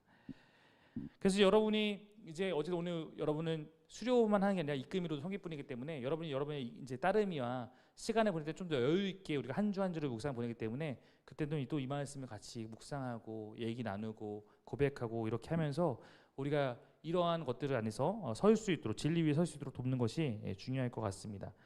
하나님 나라 이야기, 하나님 나라 어떤 얘기는 심판이고 어떤 얘기는 복음이 됩니다. 하나님 나라가 심판으로 다가오는 사람들은 누구이고 복음으로 다가오는 사람은 누구인가라는 거에 대한 이야기입니다. 하나님 나라가 심판, 그러니까 그래서 주님이 오신다는 것에 대해서 두려워해야 될 사람은 누구죠? 믿지 않는 사람. 믿지 않는 사람들은 하나님을 무시하고 하나님께 돌아오지 않은 거에 대한 심판을 당하는 것이 어쩌면 성경에 말하는 정의의 측면이기 때문에 그럴 거예요. 그러나 내가 정말 하나님을 믿고 살았다면 어쩌면 내가 이제 하나님을 위해 그렇게 살았고 드디어 하나님을 만나서 그래도 제가 하나님을 믿기 때문에 이렇게 제가 애쓰며 살았습니다라고 이야기할 그런 것일 겁니다. 그래서 구약에서 언제나 이 주님의 날은 양면성이라고 등장해요. 누군가에게는 기쁨의 날이고 누군가에게는 슬픔의 날 혹은 무서운 두려움의 날이다라고 얘기하는 것은 우리는 내가 이 하나님에 대한 고백을 갖고 살았냐 안 살았냐를 가지고 언젠가 하나님 나라의 그 완성 앞에 하나님 앞에 서게 될 것을 우리는 바라보고 있기 때문에 그렇습니다. 그래서 하나님 나라를 살아간다. 우리 예를 들어서 정화자매님 생각하는 하나님 나라에 살아간다라는 것을 아예 하나님 나라 모르는 사람한테 설명한다면 뭐라고 얘기하겠어요? 가장 쉽게. 쉽게요. 내 마음, 내 뜻이 아닌 나를 조정하시는 분이 있어요. 조정. 네. 네. 네. 그렇죠. 그래서 하나님 나라가 뭘까 싶까를 우리 공간적인 게 아니다. 관계적인 것이다 표현을 많이 하잖아요. 어디 들어가는 게 아니라 어디 들어가는 거로 생각을 우리 많이 하기 때문에 아예 이게 공간과 장소 배제한다는 얘기 아니라 어디 들어가느냐는 내 변화를 축구하지 않아요. 그냥 들어가면 되는 거예요. 미국 그냥 가면 되는 거니까 어디 가면 되는 거니까. 근데 그런 게 아니라 관계 안에 들어가는 건데 관계는 즉 하나님의 주되심 안에 들어가는 거니까 하나님이 주인 되심 안에 들어가서 살아가는 즉 구약 시대의 사람들에게 당신은 하나님의 백성이라는 하나님이 당신의 왕입니다라는 것을 말하는 고백이었어요. 하나님 당신이 나의 왕이십니다라고 고백하는 자들이 하나님에 속한 거였거든요. 그래서 하나님께서 다스리시는 그 나라를 내가 고백한다면 다스리심을 말 그대로 조정보다는 그렇죠. 하나님의 그 뜻 안에서 내가 따라가는 그런 마음이 있는 거죠. 그래서 즉 내가 하나님의 뜻을 완전하게 무시하고 살아가고 있어서 하나님의 존재를 무시하고 뜻을 무시하고 내 마음대로 살아가고 정의를 행하지 않고 내 이익을 우선히 살고 이런 사람들은 당연히 하나님께 혼날 것이다라는 얘기지 아까 그런 측면으로 한 거고 그래도 내가 할 수 있는 만큼 하나님의 뜻을 따르고 힘쓰고 이렇게 하는 삶을 진짜 살고 있다면 내가 하나님의 백성에게 산 것이기 때문에 거기에 대해서 하나님께서 어쩌면 칭찬하실 것이다 라는 것을 말하고 있습니다. 그래서 세상에 속했다는 것은 쉽게 말하면 하나님의 뜻 밖에 있다. 하나님에 속했다는 것은 하나님의 뜻 안에 있다. 그래서 하나님의 뜻을 모르고 살던 사람이 하나님을 알고 하나님의 뜻을 따르는 자로 들어오게 된 것을 구원이라고 말하는 것이기 때문에 이것은 죽어서가 아니라 당연히 현재적으로 일어나야 되는 것이기 때문에 구원은 현재적이다. 천국 하나님 나라 현재적이라는 얘기를 계속 저희가 반복해서 하게 되는 것입니다. 잠깐만 시간 내에 14분인데요. 3분만 쉬겠습니다. 3분만. 네. 준비해 주세요. 우리 풍삼처 전체 우리 이제 요 관리 양육 과정을 담당하시는 우리 성희자매인데 성희자매이 빵이나 준비해 주셨거든요. 네, 가서 지금 빨리 드시고 3분 안에 모이겠습니다. 삼가를 진행해 보겠습니다. 이제 우리가 저 삼가에 나오는 내용이 그냥 풍삼처이라는 과정을 가장 대표하는 것은 하나님과 인격적 관계라고 생각해요. 하나님과 인격적 관계를 맺는 게 안 돼 있는 사람은 교육으로 안 자라는구나. 그러니까 풍삼기를 해봤을 때 겪었던 실패가 좀 그거라고 생각해요. 인격적 관계를 하지 않는 상태에서 뭘 가르쳐 봐도 관계가 안 돼 있으면 안 되는구나를 아마 그 안 돼 있는 사람들도 되는 경우도 있겠지만 안 돼 있는 경우도 있으니까 관계를 잘 가르치는 것이 더 중요하겠다라는 것들을 아마 깨달았기 때문에 저는 풍삼처 전체적인 내용 가운데서 아마 하나님을 알아가고 관계를 누리는 것이 가장 그래서 핵심에 있다고 생각하고 있습니다. 자, 우리 여기 1번 내용은 여러분의 그 나눔 1번과 비슷하니까 여러분의 나눔 1번으로 좀 대체해서 한번 해보겠습니다. 준영 형제가 쓴 걸로 제가 한번 1번 답은 드릴게요. 당신은 영적으로 새롭게 태어난 이후 어떻게 영적인 음식을 섭취하고 아버지의 사랑을 누리고 있습니까? 라고 했을 때 저는 영적인 음식인 성경 말씀을 아침 출근 후 10분 정도 하거나 못할 시에는 점심 식후에 10분을 활용하고 취침 전에는 묵상을 하고 있습니다. 매일 성경이나 가피풀 성경 어플을 통해 읽고 있습니다. 최근에는 아내와 함께 아침 10분의 예배와 자기 전 기도를 통해 아버지의 품을 누리고 있습니다. 그리고 주일 예배와 올해는 집 근처 교회에서 금요 예배를 드리며 예배를 누리고 있습니다라고 이 부분을 하고 있고요. 아마 여러분들도 각자 나름의 방식으로 내가 하나님 안에서 어쩌면 안 했던 분들도 이 풍성하면서 이게 중요하다고 깨닫고 이제 시작해 봐야겠다 혹은 하신 분들은 또 나의 방식을 더 발전시키기 위해서 노력하고 있다고 생각을 합니다. 왜냐면 태어나는 게 중요하기도 하지만 태어나지 않으면 아예 생명이 없는 거니까. 근데 태어났는데 성장하지 않는 것만큼 또 슬픈 게 없어요. 그래서 하나님이 태어나자마자 아직 연약한 상태에 있는 사람한테 너 왜 이렇게 안 자라? 이렇게 하는 걸 좀 본 적이 없어요. 그런 적 정말 성경은 잘 보면 하나님이 화를 내는 대상은 두 대상이에요. 아예 하나님을 잘 모르는데 안다고 혼자서 막 생각하고 자기 뜻대로 막 하는 거 옳다고 하고 있는 바리새인으로 대표되는 그런 사람들이나 어떤 거짓된 선지자들이나 하나님 뜻을 벗어나 있는데 그게 하나님 뜻이라고 우기고 있는 사람들, 이 사람들에게 가장 먼저 화를 내고 있고요. 두 번째는 이제는 좀 잘해야지 라고 하는 대상이에요.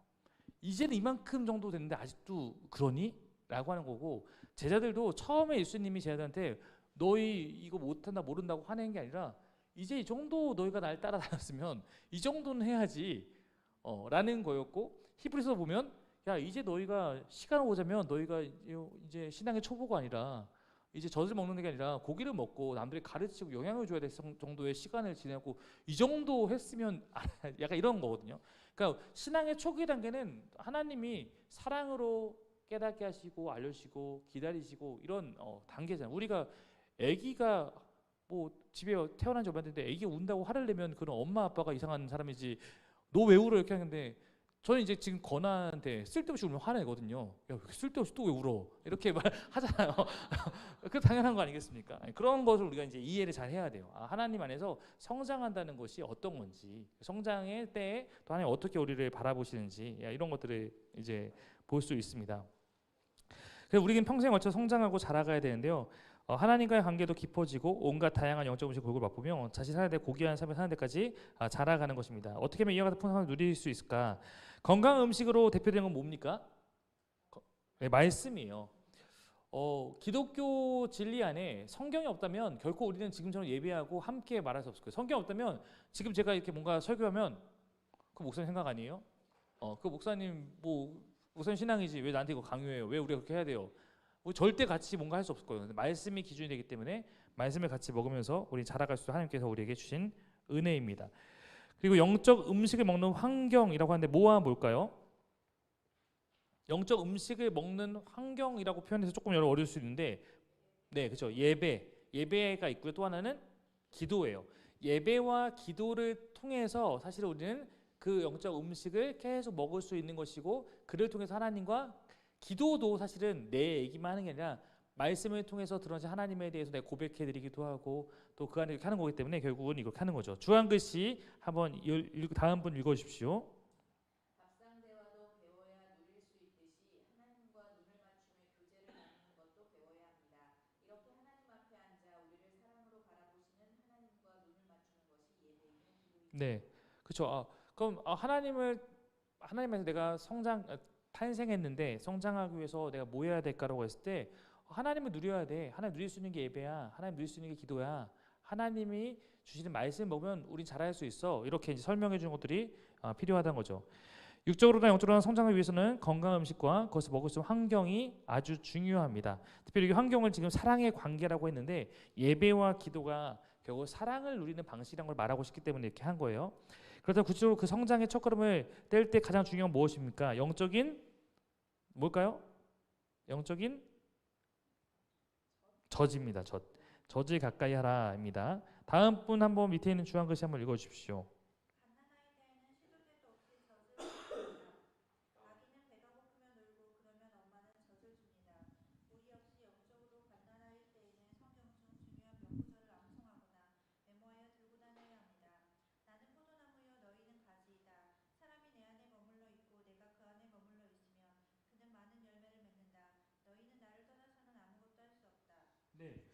아이가 엄마의 젖을 잘 먹으면 그 아이가 건강하게 자랄 거라는 거는 다 알고 있어요. 예. 그리고 그 젖을 먹는 게 단순히 내가 어떤 살기 위한 행위가 아니라 엄마와의 애착 관계를 누리고 내가 누군가의 보호 아래 있구나, 내가 누군가의 사랑 아래 있구나라는 것을 누리는 시간이기도 한 것처럼 말씀이 영적으로는 그런 것이다.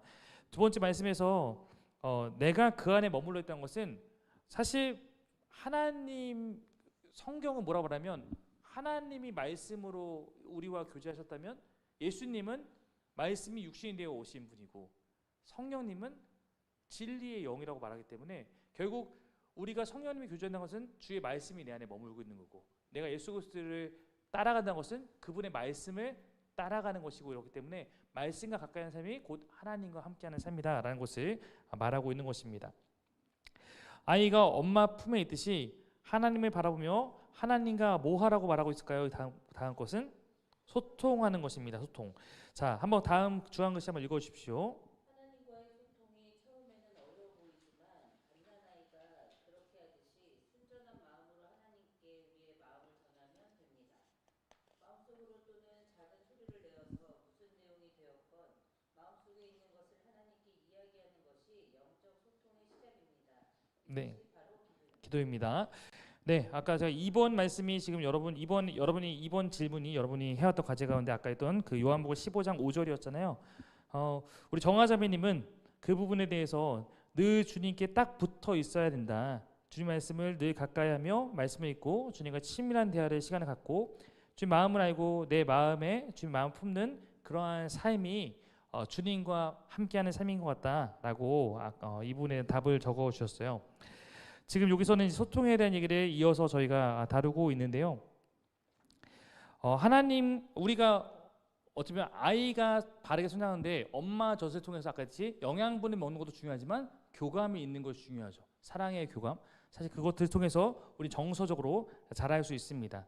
그런 것처럼 우리가 말씀을 먹었다면 이제 그 하나님과 그 예배와 그 기도 안에서 내 마음을 하나님께 올려드리고 하나님께 무언가를 고백하고 이런 것이 기도라고 말을 할 수 있는 거예요. 그 기도는 어려운 것이 아니죠. 사실은 기도는 그냥 방법이 있긴 있지만 마치 우리가 말을 잘하는 방식이 있는 것처럼 방법이 있긴 있지만 그러나 말을 한다는 것 자체를 누군가한테 배우는 것은 꼭 아닌 것처럼 기도는 그냥 그런 걸 수도 있어요. 기도를 어렵게 말할 필요 없고 그냥 네 마음을 하나님께 잘 고백해봐 라고 하는 것이 기도가 될 수 있고 그렇게 하는 거 하나 들으셔 정도를 누군가한테 가르쳐주고 나부터 그렇게 하는 것이 기도의 시작일 수 있을 것 같습니다.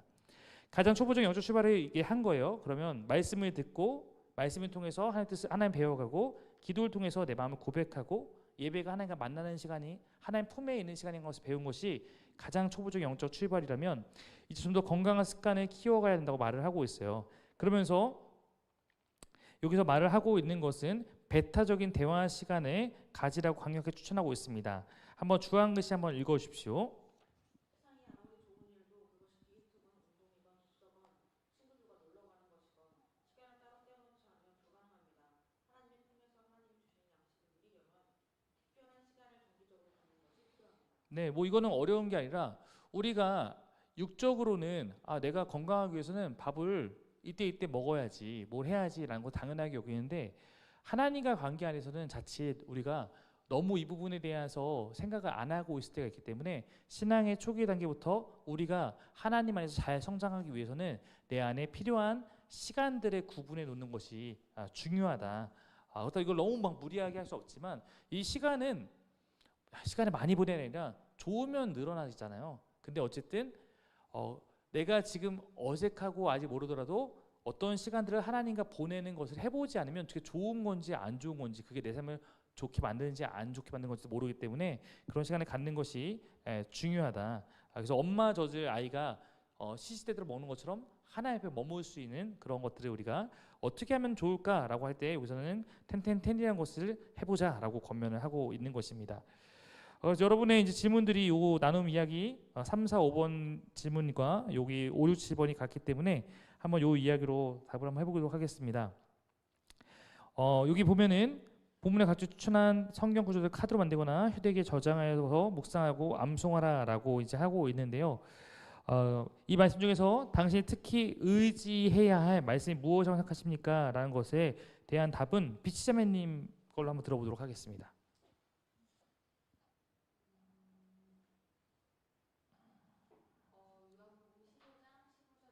15장 5절. 그렇죠. 네. 주님을 떠나서는 내가 아무것도 할 수 없다. 나의 주인이 아버지이시니 내가 나의 주인의 삶을 사는 것은 남한테 떨어져 나온 가지가 스스로 살아가겠다는 것과 같습니다. 어느 기준으로 보든 나는 미련하고 부족하고 피라미드 아래에 있는 사람이 맞습니다. 하지만 그건 중요하지 않습니다.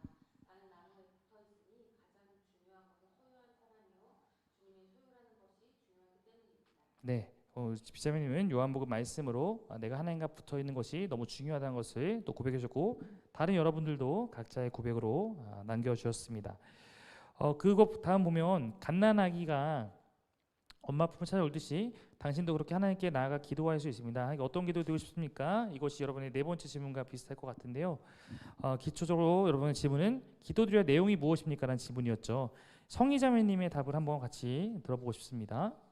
나는 내게 여전히 필요하다고 느끼는 기도는 인격적인 기도라고 생각한다. 내가 있었던 일을 솔직하게 말씀드리고 나의 생각을 말씀드리고 주님께 하고 싶은 이야기로 기도를 드리는 것. 그렇게 기도하려고 노력은 하고 있지만 여전히 나에겐 어려운 기도다. 아마도 어릴 때부터 부모님과 그런 솔직한 이야기를 스스럼 없이 주고받았던 기억이 없기 때문인 것 같기도 하다. 네, 그렇게 답을 주셨습니다.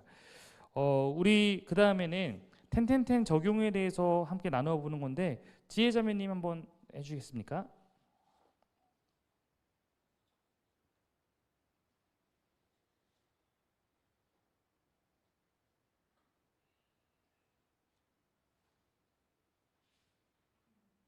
매일의 분주한 아침마다 출근 준비하느라 허덕이다 나가는 것이 아니라 10분이라도 하나님과의 사귐의 시간을 갖고 하루를 시작하려고 노력하겠습니다. 일터에서도 점심 때 시작하는 시간을 줄여 하나님과의 말씀을 묵상하는 시간을 내어보며 말씀 속에서 일하시는 하나님을 늘 기대하는 마음으로 시간을 갖겠습니다.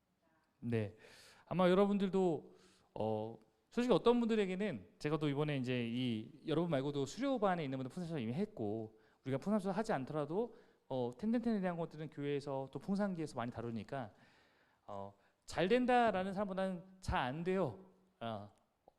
근데 적어도 우리가 그래도 이걸 하는 것이 어떤 의미인지 알고 있으니까 노력하고 있어요 라는 얘기들 되게 많이 하는 것 같은데요.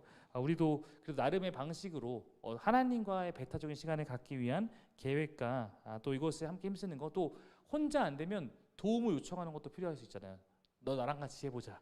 그러면 우리가 아무튼 누군가와 함께 하면 더 힘을 내는 것이 우리의 본성이기 때문에 그런 것들을 이용하는 것도 필요할 수 있을 것 같습니다. 네, 하나님 나라 이야기 좀 짧게 다뤄볼게요. 씨 뿌리는 자의 비유가 있는데 이것은 네 가지 그 밭이 각각 다른 반응을 보였던 것에 대한 거 여러분이 유명한 말씀이잖아요. 네 가지 밭이 각각 다른 반응을 보였던 것이 있습니다. 그래서 이 네 가지 밭에 하나는 첫 번째 길가의 특징이 뭐였죠? 쉽게 말하면 말씀을 아예 못 받은 거야. 받지 못한 거. 받았다는 것은 귀가 아니라 마음에 새겨 넣지도 못했다는 거죠. 근데 나머지 세 개 밭은 그럼 그거는 했어요. 그 두 번째 밭과 세 번째 밭은 뭐였습니까? 네, 그렇죠. 말씀을 받았다고 해서 예배 시간에 아멘 하고 갔는데 내 삶에서 조금만 공격해도 말씀을 훅 잃어버리거나 실제로 말씀을 받고 조금 더 저 이제 변해가고 있는 것 같아요라고 했으나 그 뒤에 있는 어떤 고난과 유혹과 박해 앞에서 다시 좌절하고 돌아가 버리고 그걸 다 이겨냈을 때 결국은 하나님 원하시는 반응을 진짜 가진 그 사람이 되는 것이다라는 측면이 있기 때문에 그 영적 성장을 가로막는 두 가지 요소는 그러므로 박해와 유혹이라고 말할 수 있어요. 외부의 박해와 또 내 안에 있는 어떤 유혹. 그래서 누가복음 8장 15절 보면 바르고 착한 마음으로 말씀을 듣고서 그것을 굳게 간직하고 견디면 열매를 맺는다. 굳게 간직하고 견뎌야 된다.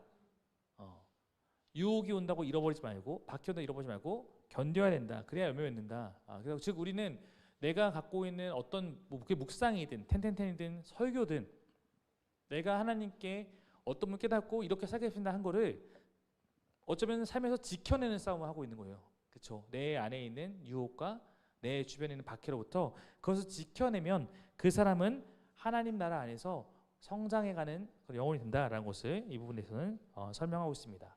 하나님의 백성은 영적으로 성장하는 자들이기 때문입니다. 네. 사과를 바로 넘어가 보도록 하겠습니다.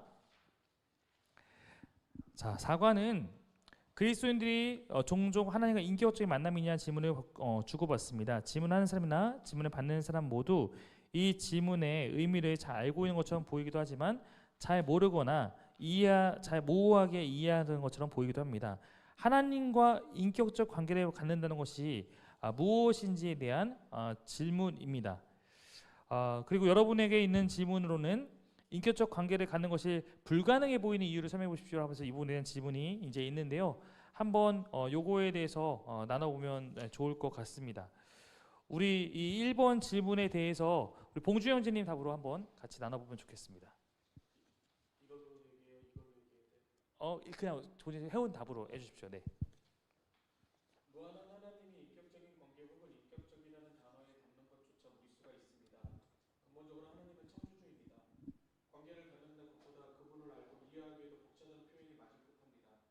하지만 저는 그분을 심각하게 생각하는 것이 아니라 당연하게 생각합니다. 보통 자녀들도 부모의 마음을 다 이해하기가 어려울 때가 많습니다. 그 사랑, 마음, 희생 등 정말 아름답고 어려운 모습들을 아직도 배워가고 있기 때문입니다.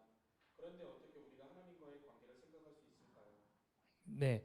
하나님과 인격적 관계에 대해서 우리가 이게 뭘까? 이거는 어떻게 가질 수 있을까? 이런 고민을 해오면서 여기 질문과 또 다른 질문 안에서 답을 찾아왔는데요. 아까 얘기했듯이 하나님과 인격적 관계를 맺는다는 것 자체가 신비일 수 있어요. 그러나 허락된 신비입니다. 하나님이 허락하지 않았으면 불가능한데 하나님 허락해 주기 때문에 가능한 것이라고 말을 할 수도 있습니다.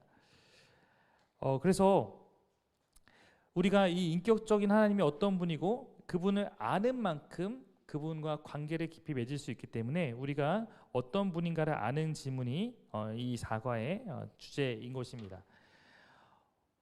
연애 프로그램을 보면 어떤 사람과 관계를 맺기 전에 모두가 쓰는 표현이 내가 당신을 좀 더 알고 싶어요 라고 합니다. 알지 모르는데 관계할 수는 없기 때문이에요. 근데 종종 어떤 사람들은 하나님을 잘 알기보다 그냥 하나님과 특수한 관계를 내가 맺고 있다는 것을 누리려고 합니다.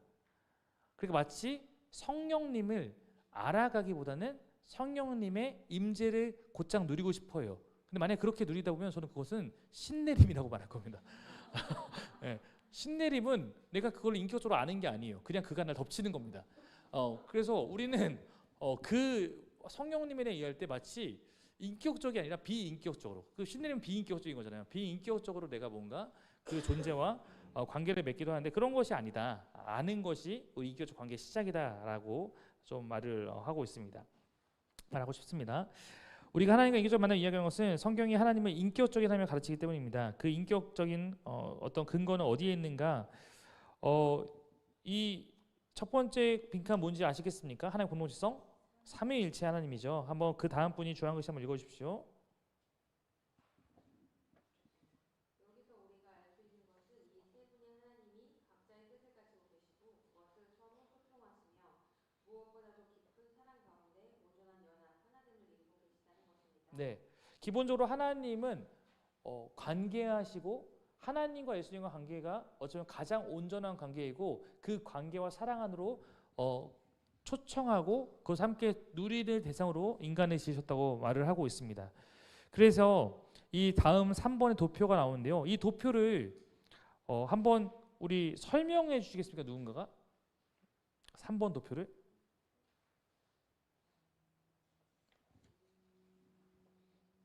진동이 오는 것 같은데 본. 네, 이 3번 도표를 설명해 주시겠습니까? 거기 빵 드시고 계셔도 괜찮아요? 쉬고 계세요? 거기 빵 밖에 있는 거 드시고 계세요? 네. 무한하시다는 건 네. 인간을 포함해서 동물, 나머지 피조 세계와 어떤 거리감이 음. 있어서 다른 차원의 음. 것이고 인격적인 하나님은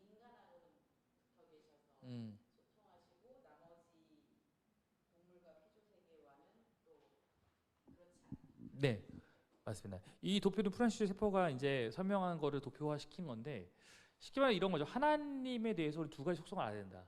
첫 번째는 무한하시다는 거, 무한한 건 절대적인 존재라는 걸 알아야 된다는 거, 차원이 다른 존재라는 걸 알아야 된다 이런 개념이에요. 즉 우리가 어떤 사람들은 하나님을 인격적인 것만 추구하다 보니까 하나님을 너무 만만하게 봐요. 그러니까 아무것도 아닌 어떤 존재처럼 대할 때가 있어요. 근데 그것도 하나님 잘 아는 건 아니에요. 그래서 약간 옛날에 이런 논쟁도 있어요. 그러니까 나는 주의 친구 찬양의 논쟁이 됐던 적이 한번 있었거든요.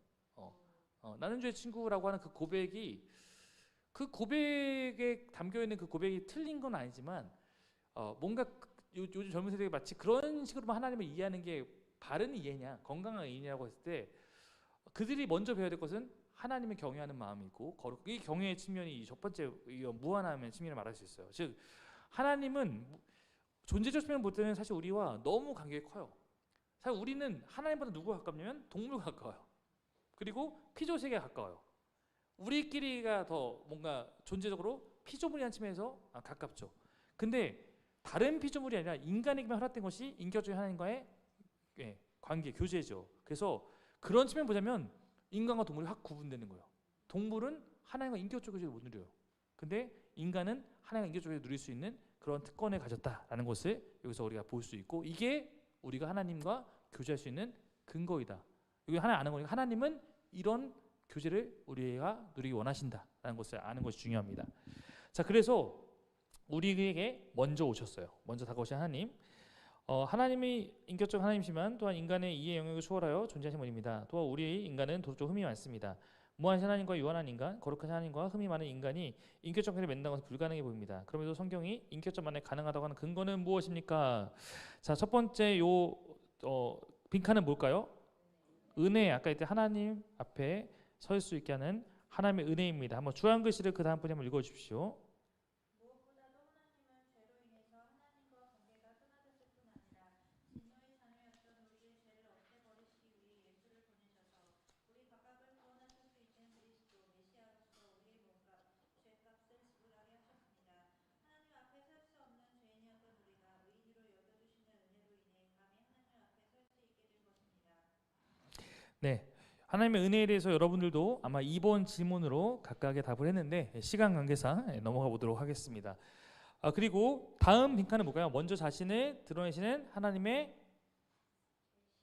계시가 이게 저희 옛날에 논쟁이 있었어요. 이게 계시냐, 여기도 은혜냐. 근데 계시라고 하는 것이 조금 더 좋을 것 같아요. 그래서 우리의 지식으로 하나님을 알고 찾을 수 없지만 하나님이 자신을 드러내 주셨기 때문에. 근데 이 계시 자체를 특별 계시 자체가 은혜이기 때문에 계시도 은혜지만 계시는 감추어진 것을 드러내 보여주셨다. 하나님은 그냥 계시면 우리가 못 찾아요. 나 여기 있지라고 하나님이 이렇게 계시하셨다. 이런 의미가 담겨 있는 겁니다. 자, 5번 하나님은 우리가 하나님께 다가갈 수 있도록 하나님을 알 수 있도록 먼저 다가오셨습니다. 이거를 객관적으로 드러내기 위해서 선택하신 미디어가 있죠. 한번 읽어주십시오. 그래서 그리스도인들은 성경을 사랑합니다. 이 성경은 하나님이 어떤 분이신지뿐 아니라 우리를 어떻게 사랑하시는지 또한 우리 개인적, 사회적, 역사적 상황 속에서 하나님이 우리를 얼마나 사랑하시며 어떻게 인도하시는지를 깨닫게 해줍니다. 뿐만 아니라 하나님은 깨지고 고통이 만연한 세상 속에서 무슨 일을 하고 계시며 궁극적으로 어떤 일을 하실지 보여주시고 우리를 그분의 사역에 초대하십니다. 네, 성경을 통해서 하나님은 우리가 하나님을 객관적으로 이해할 수 있도록 하셨어요. 이 일에 하나님은 하나님의 사람들을 사용하셨고 성경은 1500년 정도의 어떤 그 기간에 걸쳐서 약 40여 명의 저자가 하나님 안에서 부름을 받고 사용되었다고 말할 수 있습니다. 그 성경을 통해서 우리는 하나님이 하고 계신 일을 알아갈 수 있다.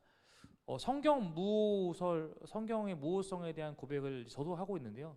제가 말하는 성경의 무호성이라는 것은 뭐 여기와 여기에 숫자의 차이가 있다 이런 것을 말하고 싶은 게 아니라 성경을 공부함을 통해서 성경을 통해서 하나님이 하고 계신 일을 이해하고 그러면 내가 구원받고 내가 하나님의 사역에 동참하게 되는 그 일을 함에 있어서 어떤 부분에서도 그것에 한계가 없다. 그것은 그 일을 해내기에 충분한 만큼의 능력과 그 하나님의 일하심이 담겨 있다라는 것을 고백하는 그런 측면에서 고백을 할 수 있을 것 같습니다. 자, 하나님을 인격적으로 알아가는 과정에서 우린 종종 장애물을 만나게 됩니다. 우리의 무지와 오해 때문에 왜곡된 이미지를 가질 수 있습니다. 당신까지 가지고 있던 하나님의 이미지는 어떤 것이었습니까? 그 이미지는 어떤 면에서 하나님과의 인격적인 관계에 방해가 되었습니까? 라는 것인데요. 이거는 좀 들어보고 싶습니다. 지수 자매 거를 한번 나눠보면 좋겠습니다. 예시로 나온 이미지 중 가부장적이고 매정한 하나님의 이미지에 가까웠습니다. 분명 회심이 시작되었고 감동적인 첫사랑의 시기도 보냈지만 그럼에도 불구하고 인격적인 하나님의 모습보다는 알쏭달쏭하고 침묵하시며 나의 고통을 내버려 두시고 처절한 기도에도 응답이 없이 저절 속에 버려두시는 매정하고 방임하시는 하나님에 대한 이미지가 있었습니다. 최근 끊임없이 씨름하며 생각하고 지나간 설교를 곱씹고 기도하며 든 생각은 하나님은 오래 참으시고 긍정적인 눈길로 저를 사랑하고 계시는 것 같습니다. 오랫동안 슬럼프에 빠져 있다가도 다시 신앙의 불꽃이 타오르면 저를 응원해 주시는 것 같은 마음이 들 때가 있습니다. 그리고 저의 죄를 오래 기억하지 않으시는 것 같습니다. 제가 지나간 것들에 오래 매몰되지 않고 나아가야 할 길 바라볼 수 있도록 도와주시는 것 같았습니다. 이전보다 더 하나님을 유연하고 입체적으로 바라보게 되었습니다. 네, 즉 우리 모두는 하나님을 오해하는 데서 시작한다고 볼 수 있어요. 사실 우리 다 하나님 오해하는 데서 시작해요. 하나님 어떤 분일까? 신은 어떤 분일까? 근데 오해가 이해로 바뀌어야 되는 과정을 다 걷고 있는 거예요. 지금 그럼 나는 완전히 다 이해했을까요? 아닐 거예요. 우리는 그런 것에 대해서 좀 자신할 수 없습니다. 다만 우리는 성경을 통해서 성경 객관적인 진리이기 때문에 내 오해의 많은 부분이 이해로 바뀌어가게 된 것을 감사하고 여전히 오해하지 않도록 이해하기 위해서 힘쓰는 겸손한 그 여정을 걸어갈 수 있어야 된다. 아는 만큼, 아니 우리가 부부 사이도 30년을 살아도 아직도 내가 다 이해하지 못한다고 하는데 하나님을 내가 다 이해한다고 말한다면 얼마나 교만이에요. 그럴 수 없어요. 그럴 수 없습니다. 그러니까 다만 30년 살면 많은 것을 알게 되죠.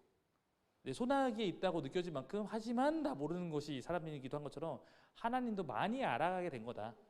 이렇게 말할 수 있겠습니다. 자, 그러면 우리가 하나님을 모르는 오해하고 있는 그 장애물들을 극복하기 위해서 뒤에 7번 보시면 뭐와 뭐를 통해 알아갈 수 있습니까? 뭐야 뭘까요?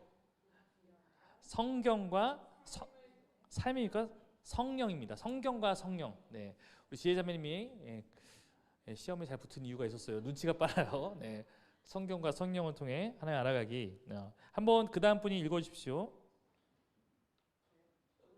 우리는 성경을 통해 하나님에 대한 무지가 신선한 깨달음으로 바뀌며 오랫동안 형성되어 온 우리 속의 오해를 발견하고 오해가 참다운 이해로 바뀌는 경험을 합니다. 이러한 경험은 성경을 읽고 묵상하는 가운데 찾아옵니다. 또 인생을 살아가면서 삶의 현장에서의 다양한 경험을 통해서 실제로 일하시는 하나님을 체험하고 알아보게 됩니다. 이때 예수님의 영이신 성령께서 하나님의 다양한 모습을 깨닫게 해주시고 살아계신 하나님을 만날 수 있도록 지도하십니다. 네, 제가 조금 쉽게 비유하면 사람이 설교로 변화돼요, 안 돼요? 변화돼요.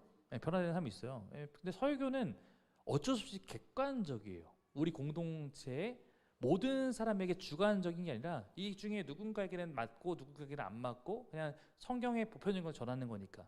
근데 예를 들어서 그 설교를 하는 어떤 객관성을 뭐 패매에서의 나눔이 좀 주관적으로 해서 좀 더 도와준다거나 아니면 우리 1대1 양육이 어떤 부분에 대한 것도 좀 더 도와주는 것처럼 하나님이 성경을 통해서 주시는 것을 객관적 진리로 말할 수 있다면 성령님은 그 말씀을 우리가 주관적으로 풀어서 나에게 맞는 방식으로 이해시켜 주시는 분이기 때문에 주관적 진리라고 말할 수 있어요.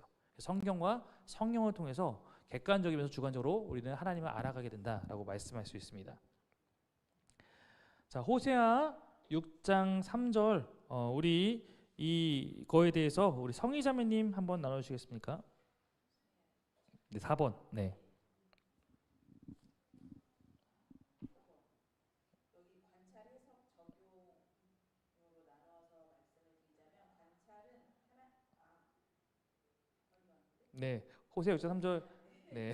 호세 6장 3절 하나님은 우리가 알 수 있는 분이다. 새벽마다 여명이 오고 매년 가을비와 봄비가 어김없이 오듯이 하나님은 알 수 있는 분이다. 또한 하나님에 대해 유일하고도 자세하게 알려주는 성경을 통해서 우리는 하나님이 어떤 분이신지 알아갈 수 있다. 성경을 통해서 하나님에 대한 객관적인 지식을 얻는다면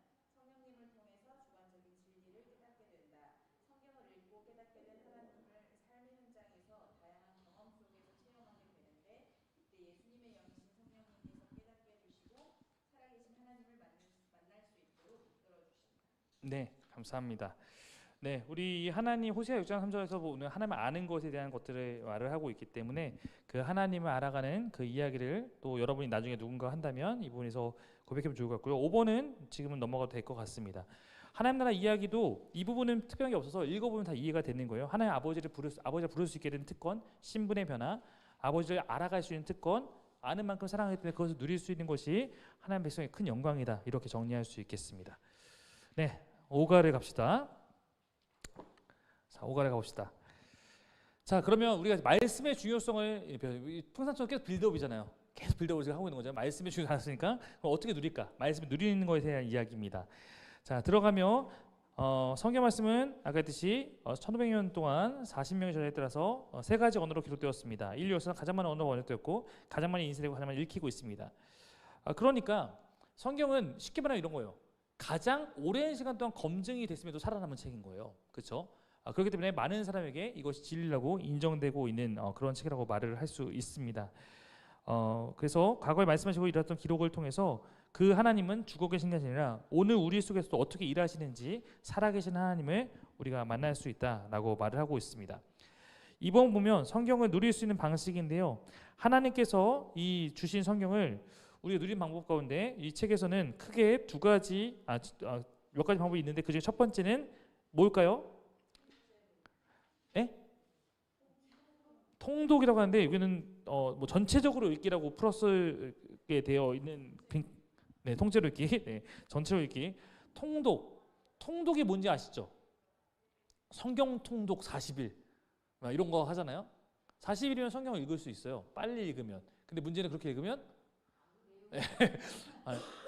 근데 이게 안 중요하진 않아요. 네, 제가 40일 통독을 2번 했었거든요. 네, 40일 통독 2번 했었는데 하루에 1시간씩 읽으면 말로 그냥 이렇게 우리가 글을 읽는 속도 읽으면 40시간이면 성경을 읽을 수 있어요. 성경은 읽을 수 있거든요. 문제는 이제 기억이 잘 안 남는다는 게 문제긴 한데 성경 통독은 보통 효과를 보면 다독을 많이 한다고 그러죠. 성경 통독을 뭐 이렇게 여러 번 하다 보면 그래도 이제 그것이 우리가 그래서 고속도로를 내가 차로 맨날 출퇴근하는 길은 내가 거기 서서 가자도 거기 뭐가 있는지 점점 하나하나 눈에 들어오는 것처럼 그게 통독의 효과예요. 근데 통독을 아예 시도하지 않으면 우리가 살면서 성경의 구석구석을 어설프게나마 보지 못할 수도 있기 때문에 통독도 중요하다. 그런 의미에서 통독도 중요하다라고 말을 할 수 있고요. 다만 통독할 때는 조금이나마 우리가 도움을 받으면 번역본을 잘 골라야 돼요. 번역본 잘 골라야 돼요. 네, 왜냐면 개역 개정으로 통독을 하면 진짜 안 들어오는 경우도 있거든요. 그래서 여러분은 혹시 그 외에 어떤 번역본을 좀 좋아하시나요? 새 번역 좋아하시는 분 있고 쉬운 성경, 네, 초등학생도 이해할 수 있는 쉬운 성경, 네, 좋습니다. 또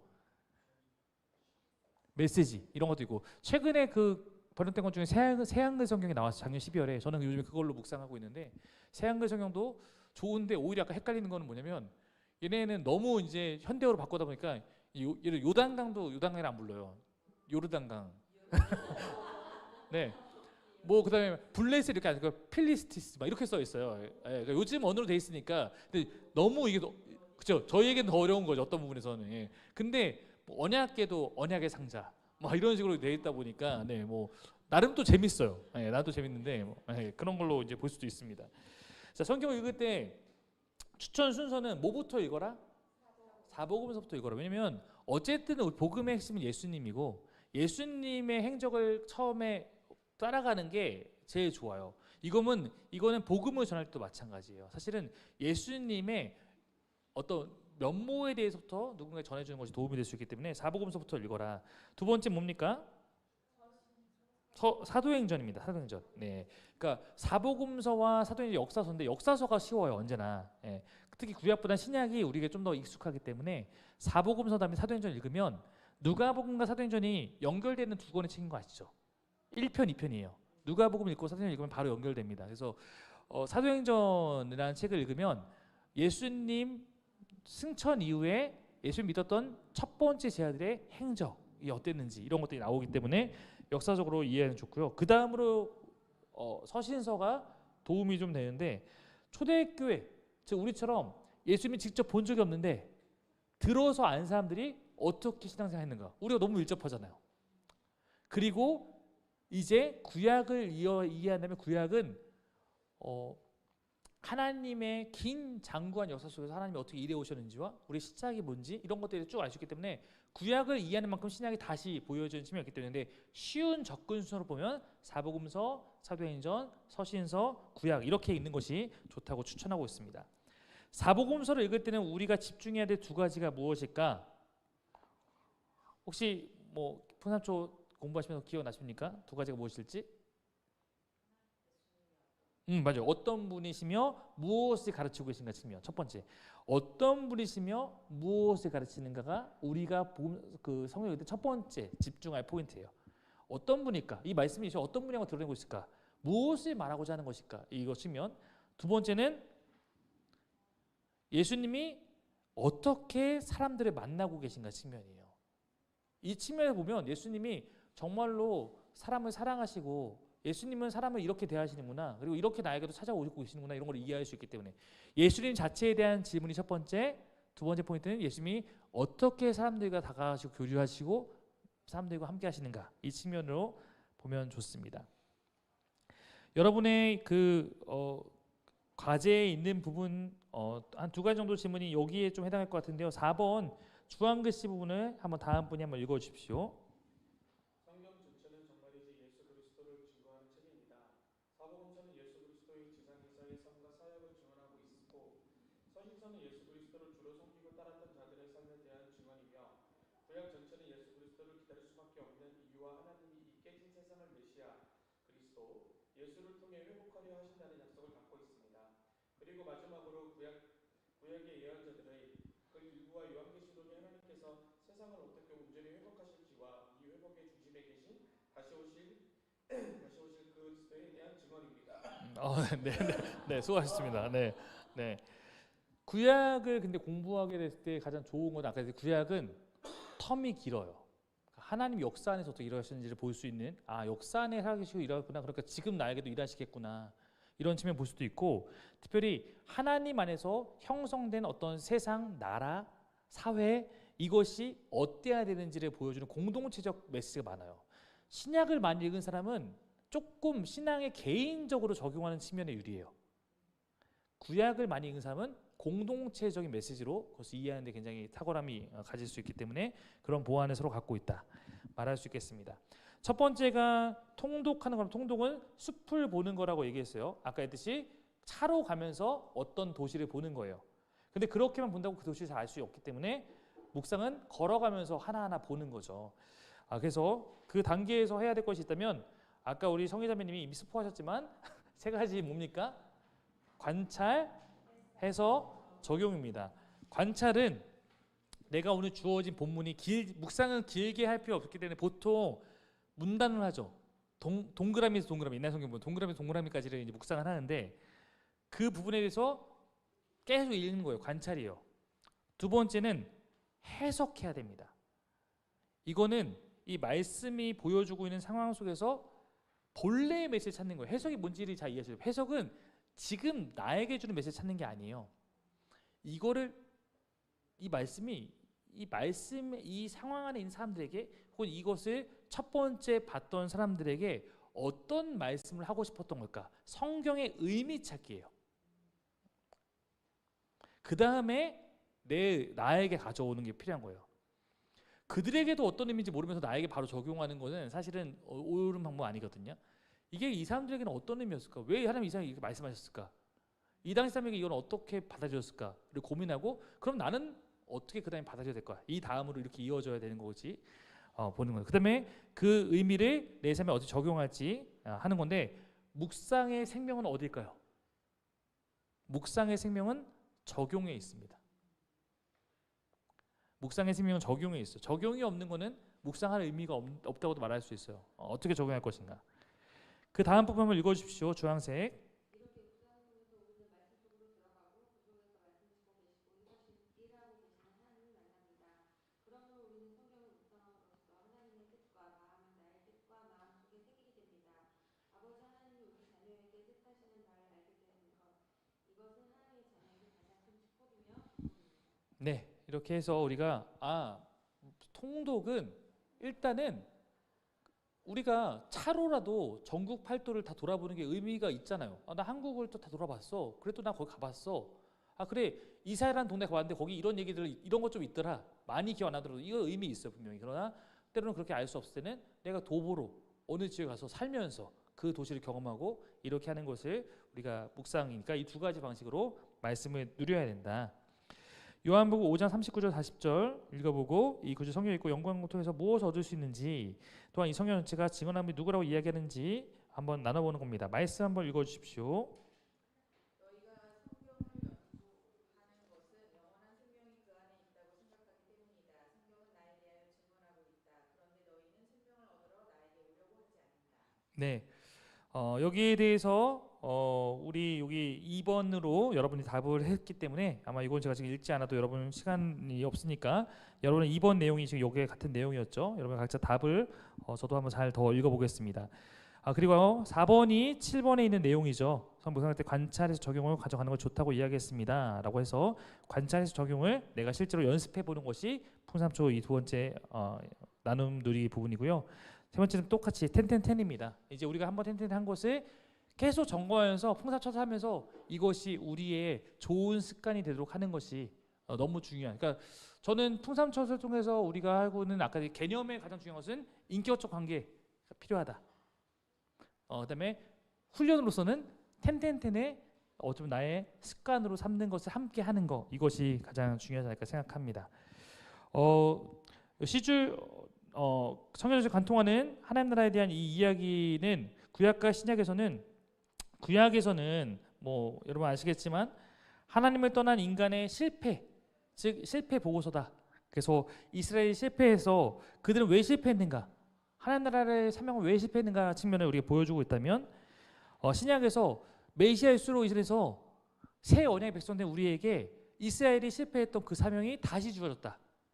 우리가 그 사명의 대상자다. 우리는 그럼 어떻게 실패하지 않고 그것을 우리가 이 시대 안에서 완수할 것인가, 이 측면으로 우리가 구약과 신약을 이해하면 될 것 같습니다. 네, 여러분 한 주가 너무 고생해 주셨고 한 주 더 고생해 주셔야 됩니다. 네, 그래서 여러분들은 5주짜리 2주에 하기 때문에 여러분은 예습이 중요하기 때문에 똑같이 우리 성희자매님이 또 굉장히 잘 준비해 주셨는데요. 정리할 수 있도록 보내주시면 됩니다. 다음 주도 6, 7, 8, 9, 10과에 대한 요 풍삼 첫에 있는 질문들을 갖고 여러분의 나름의 답을 해서 보내주시고 이 자리에 오시면 될 것 같습니다. 저희 지금 다시 5분인데요. 10분 내에 시작할 테니까 5분 정도 쉬었다가 이끌기만 시작하겠습니다. 수고하셨습니다.